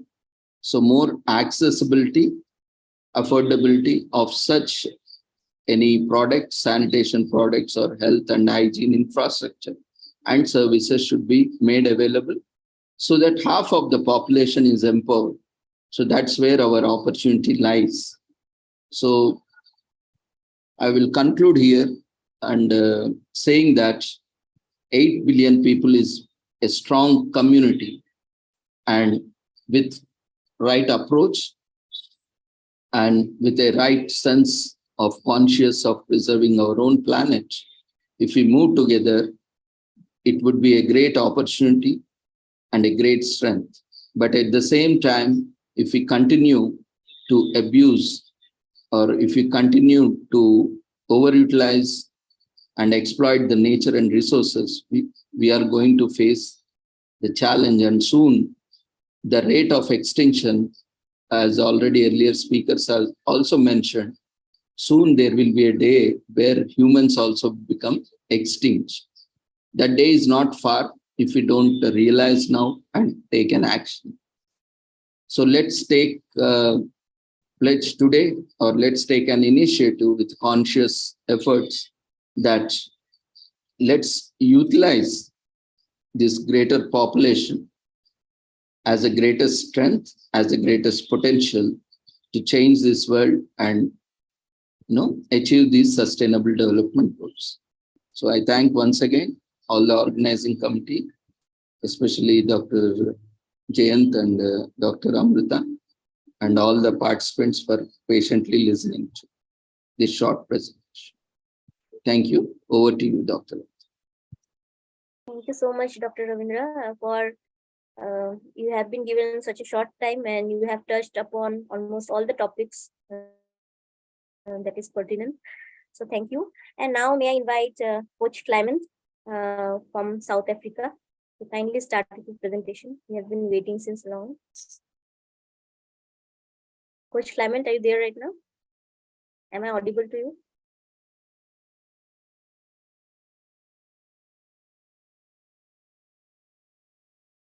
I can see you. You can unmute yourself. You are the co-host.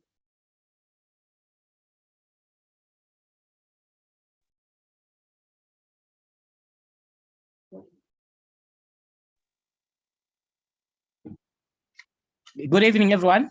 Good evening, good evening, good evening, even though this side will say good afternoon. Firstly, I'll just say we are the ones we've been waiting for. We are the change that we want to see for those who will come after us.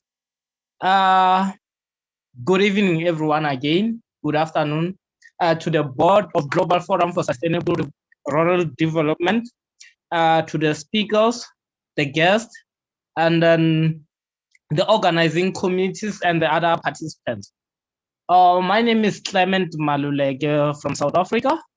I'm from a small village called Olfanshoek. But then I was forced to move out from my village by my family. I'm trying to make a point in terms of migration here. I was forced to move from my family. I grew up, or while I was growing up, I was being abused by my stepmother, my step-parents, because my mother passed away while I was still young, even my father. I was forced to move to another area where I'll be able to access education, where I'll be able to be active in order to for me in life. This is something that's been happening from 1994. I'll say from 1994 here in South Africa or Africa as a whole. People are moving from different areas to maybe I'll say urban areas. They are being forced due to challenges that they are facing daily. There's health factors, there's educational support, that the resources that we need for us in order to access the life that we're trying to build, of for us to achieve the goals that we desire. Women are being forced to move from certain area to some other areas in order for them to access healthcare support. There's a story that happened. I just want to be quick because we'll be having load shedding very soon here in South Africa, 6 o'clock time. So there's a story that happened in the past few months where there was this guy who was arrested. And then this is something that we are not focusing on in terms of gender-based violence. We see gender-based violence mostly happens in rural areas, mostly happens for those who cannot maybe access a lot of things, maybe they're financially struggling. But then it's another story. We should not only focus on the rural areas. We should not focus on those who will say they are financially struggling. We had this story in the past few months, like even now, it's been trending all over the world, where this guy who was arrested, and then this guy, he was dating one of the most respected, qualified doctor here in South Africa. She was married, and then she divorced with the husband. Then while they were in the divorce process, she started dating this other guy. This other guy, he was this guy who was doing fraud all over, like international. He was arrested. And then they continued dating. She used to visit him in prison. Little did we know, she was forced. She was forced to visit him. And then she was, she's the one who was like continuing doing the job, being sent by the guy who is in prison. This is the one doctor that was respected the whole world. I'll say the whole world. Here in South Africa, she's someone like, she's more effective. She's been on TV, she's been on radio. Everyone respect her. Everyone wants to hear her opinion. They go there for guidance. But then there's this story that happened that we discovered in a few months. Like this guy, he escaped from prison with the help of the girlfriend. We didn't know she was being abused. This doctor lost everything, but then still we didn't know that she was being abused. We thought like, oh, she's part of it. Love is blind, love is blind. We didn't know she was being abused. And then again, during the escape, she was part of the plan. She even involved her father. During the escape, she even involved a lot of people, her family members, the friends, the colleagues. A lot of people lost jobs because of the guy who was abusing this doctor that we respect here in the country. And then again, she was forced to flee the country to Tanzania by the guy. And then the story came out that this someone who was being abused. What I'm trying to say here is that people move from a certain area to another area due to what they are facing currently. Things that some don't even have an idea on what's happening. So, like I said, when I started, we are the ones we've been waiting for. So let's just step in and try to find out what's happening where, because we've got leaders. Some of them are appointed and they're doing nothing but culture. We've got the traditions. These are some of the challenges that are pushing people away from their place of residency to some other areas, looking for greener pastures. It's not easy for an individual to come out in South Africa. It's not easy for an individual to come out and say, I cannot access this sort of a thing because somehow you might get killed. You can't voice up. When you say something, they will say, oh, this one, he thinks he's clever. This one, he thinks he is better than us. We've got the powers. We can eliminate this person. Meaning, like, everyone is getting abused. They are abusing their powers that we gave them. It's so heartbreaking. Looking at the stats here in South Africa in terms of the educational resources here in South Africa. South Africa is seen as if like as a country that's got everything in order. No, we don't. We don't. Everything is just mixed up. Those people that we put in power to lead us, they doing the negative one. We want them to lead us into victory, into achieving what we want to achieve as a country, as a continent, and the whole world. But then they are doing the opposite thing. Ladies, they cannot access sanitary pads currently. And this is something that I'm fighting for each and every day. A lady cannot go to school. Some of them, they are forced to go work for them to be able to buy sanitary pads. They're dropping out of school for them to be able to go and support their families. Everything that's being done here in South Africa, neighboring countries, men, you can attest to that. Neighboring countries, they are moving from a country to a certain country due to our leadership. We gave them powers to lead us, but then they are doing the opposite. I am sorry I didn't bring my laptop here. I was forced to move to another area due to load shedding. But then I am trying to make it short, everything here. It's so heartbreaking what I am getting called to step in each and every day. People, like, there's no food. There's areas where there's no water. There's areas where there's no access to electricity. In about 15 minutes, I'll be in the dark until 10 o'clock. And for 4 hours, I'll be in the dark.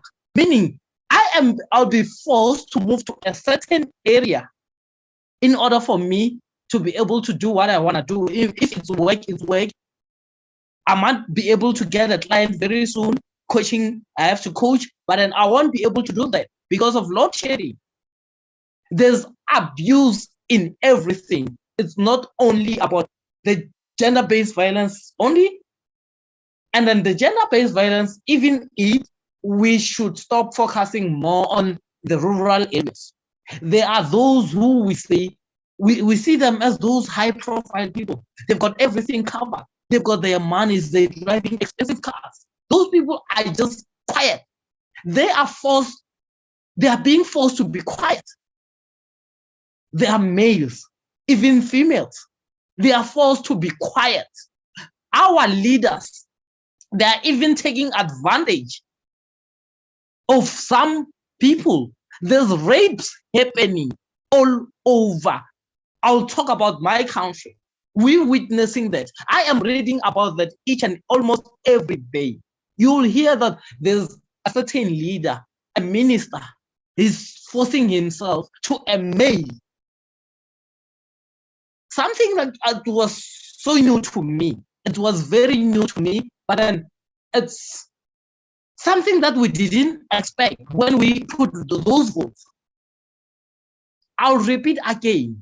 We are the ones we've been waiting for. We want to end gender-based violence. We want to end period poverty. We need to take that step from today. We need to act up. We need to raise our voice. We need to make sure that we are heard. Let's do everything in our powers to make sure that our cries are being heard by those we put in power.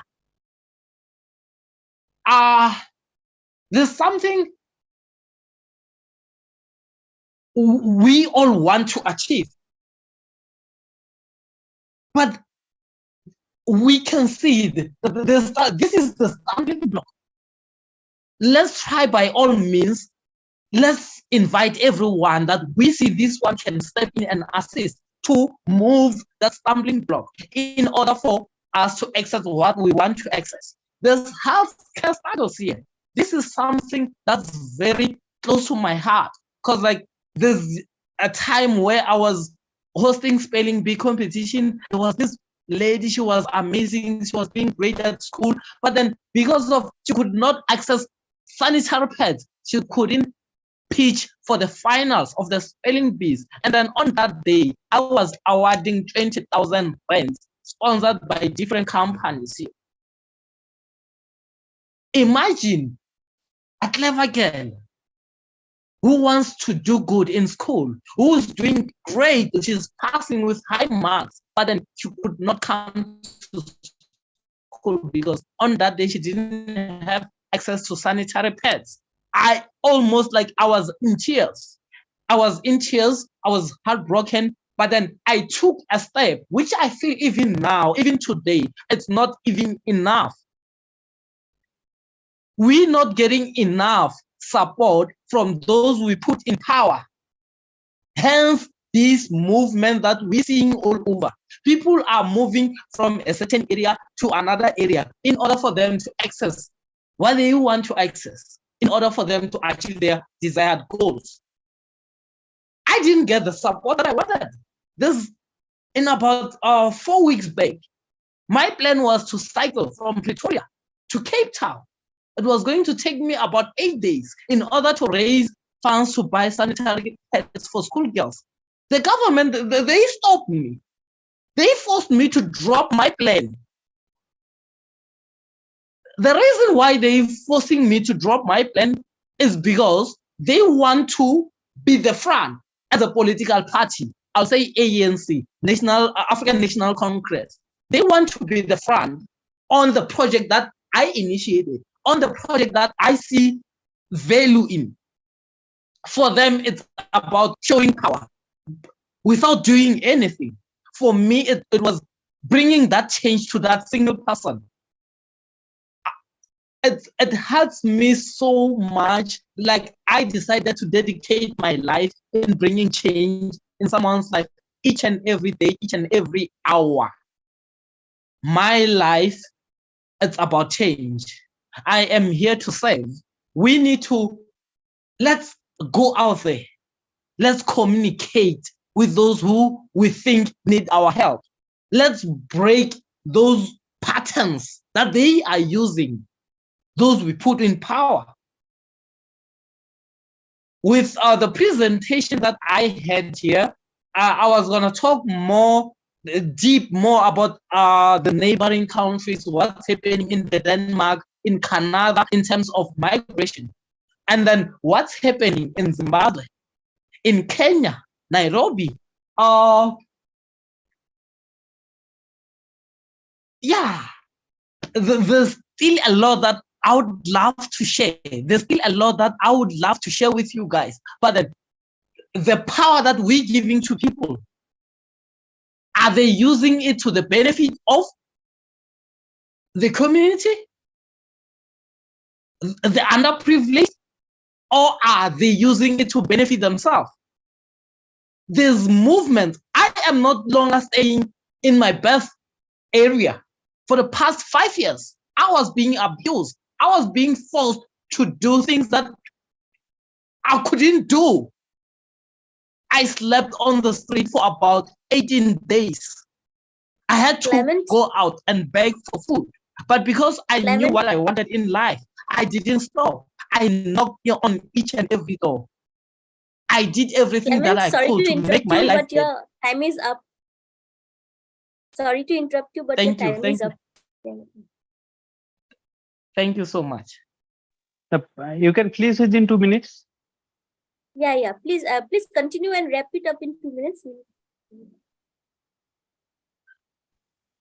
Okay. So on everything that I just shared, it's about the movement being forced to move from another area to another area due to excess of things that we need to use.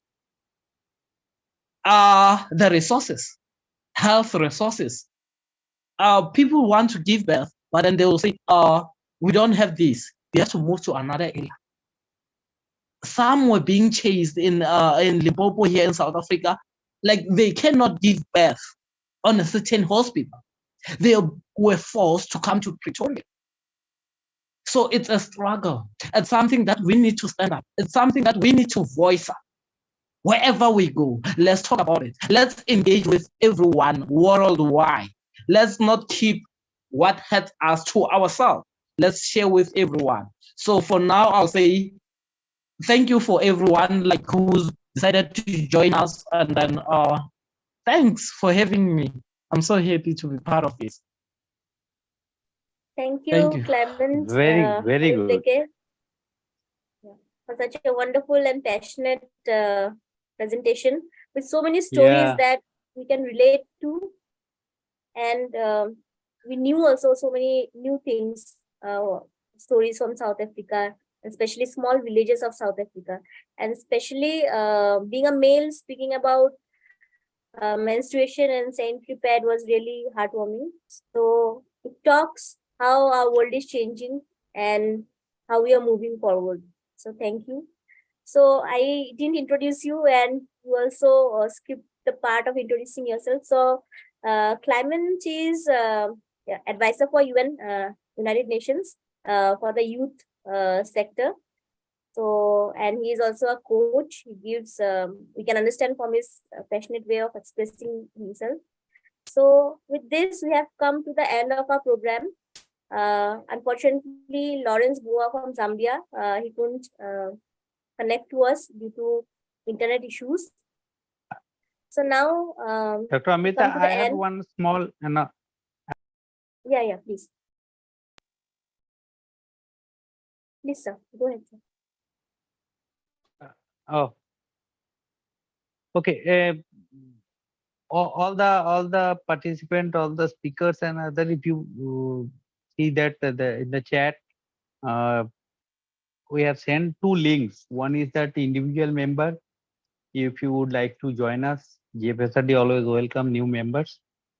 And there we have 17 centers, global centers. You can choose as per your expertise and other. And if you are from any organization, then also our link is there to be our partner. Right now, more than 100 organizations across the world, universities, institutions, and organizations, they have already joined us, and collaboratively we are doing a lot of programs. So all of you are most welcome, and it will be good, our journey together towards a better world, particularly the rural world. And very soon we are going to organize World Rural Development Congress to be held in Dhaka, Bangladesh.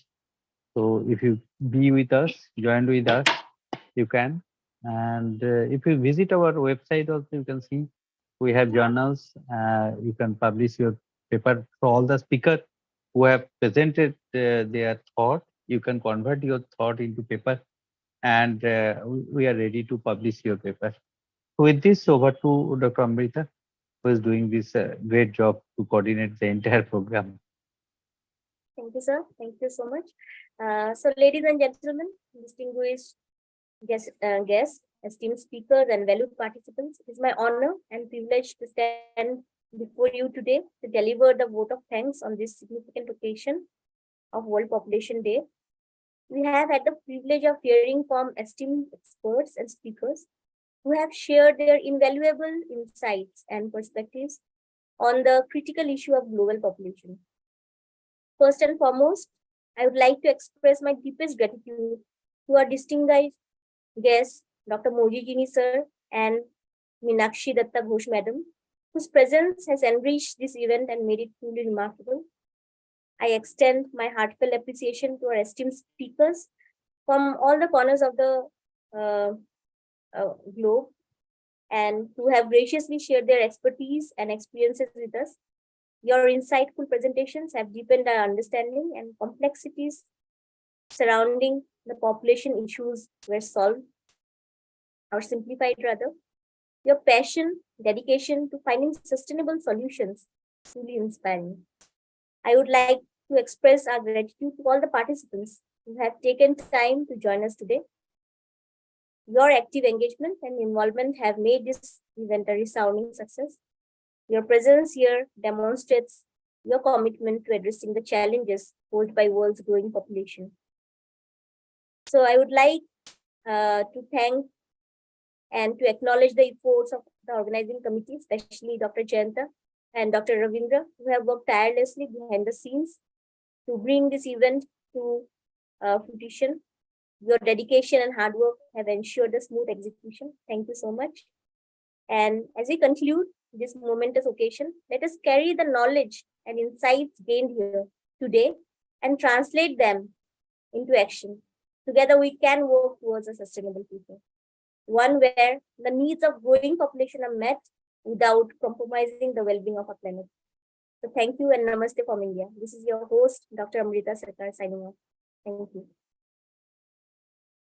Thank you.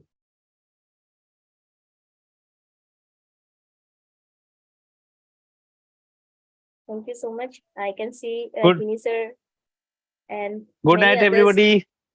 Yeah. Thank you. Good night and good evening. Good night, good evening. Thank you very much.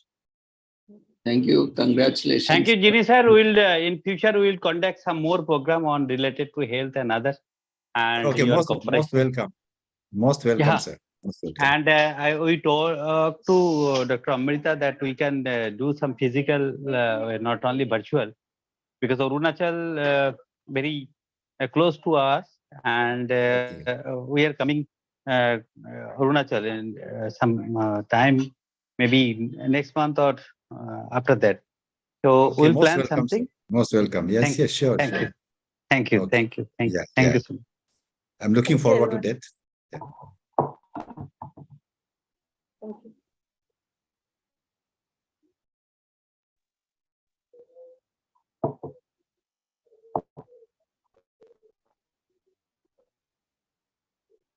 Thank you, everyone. Thank you for being a great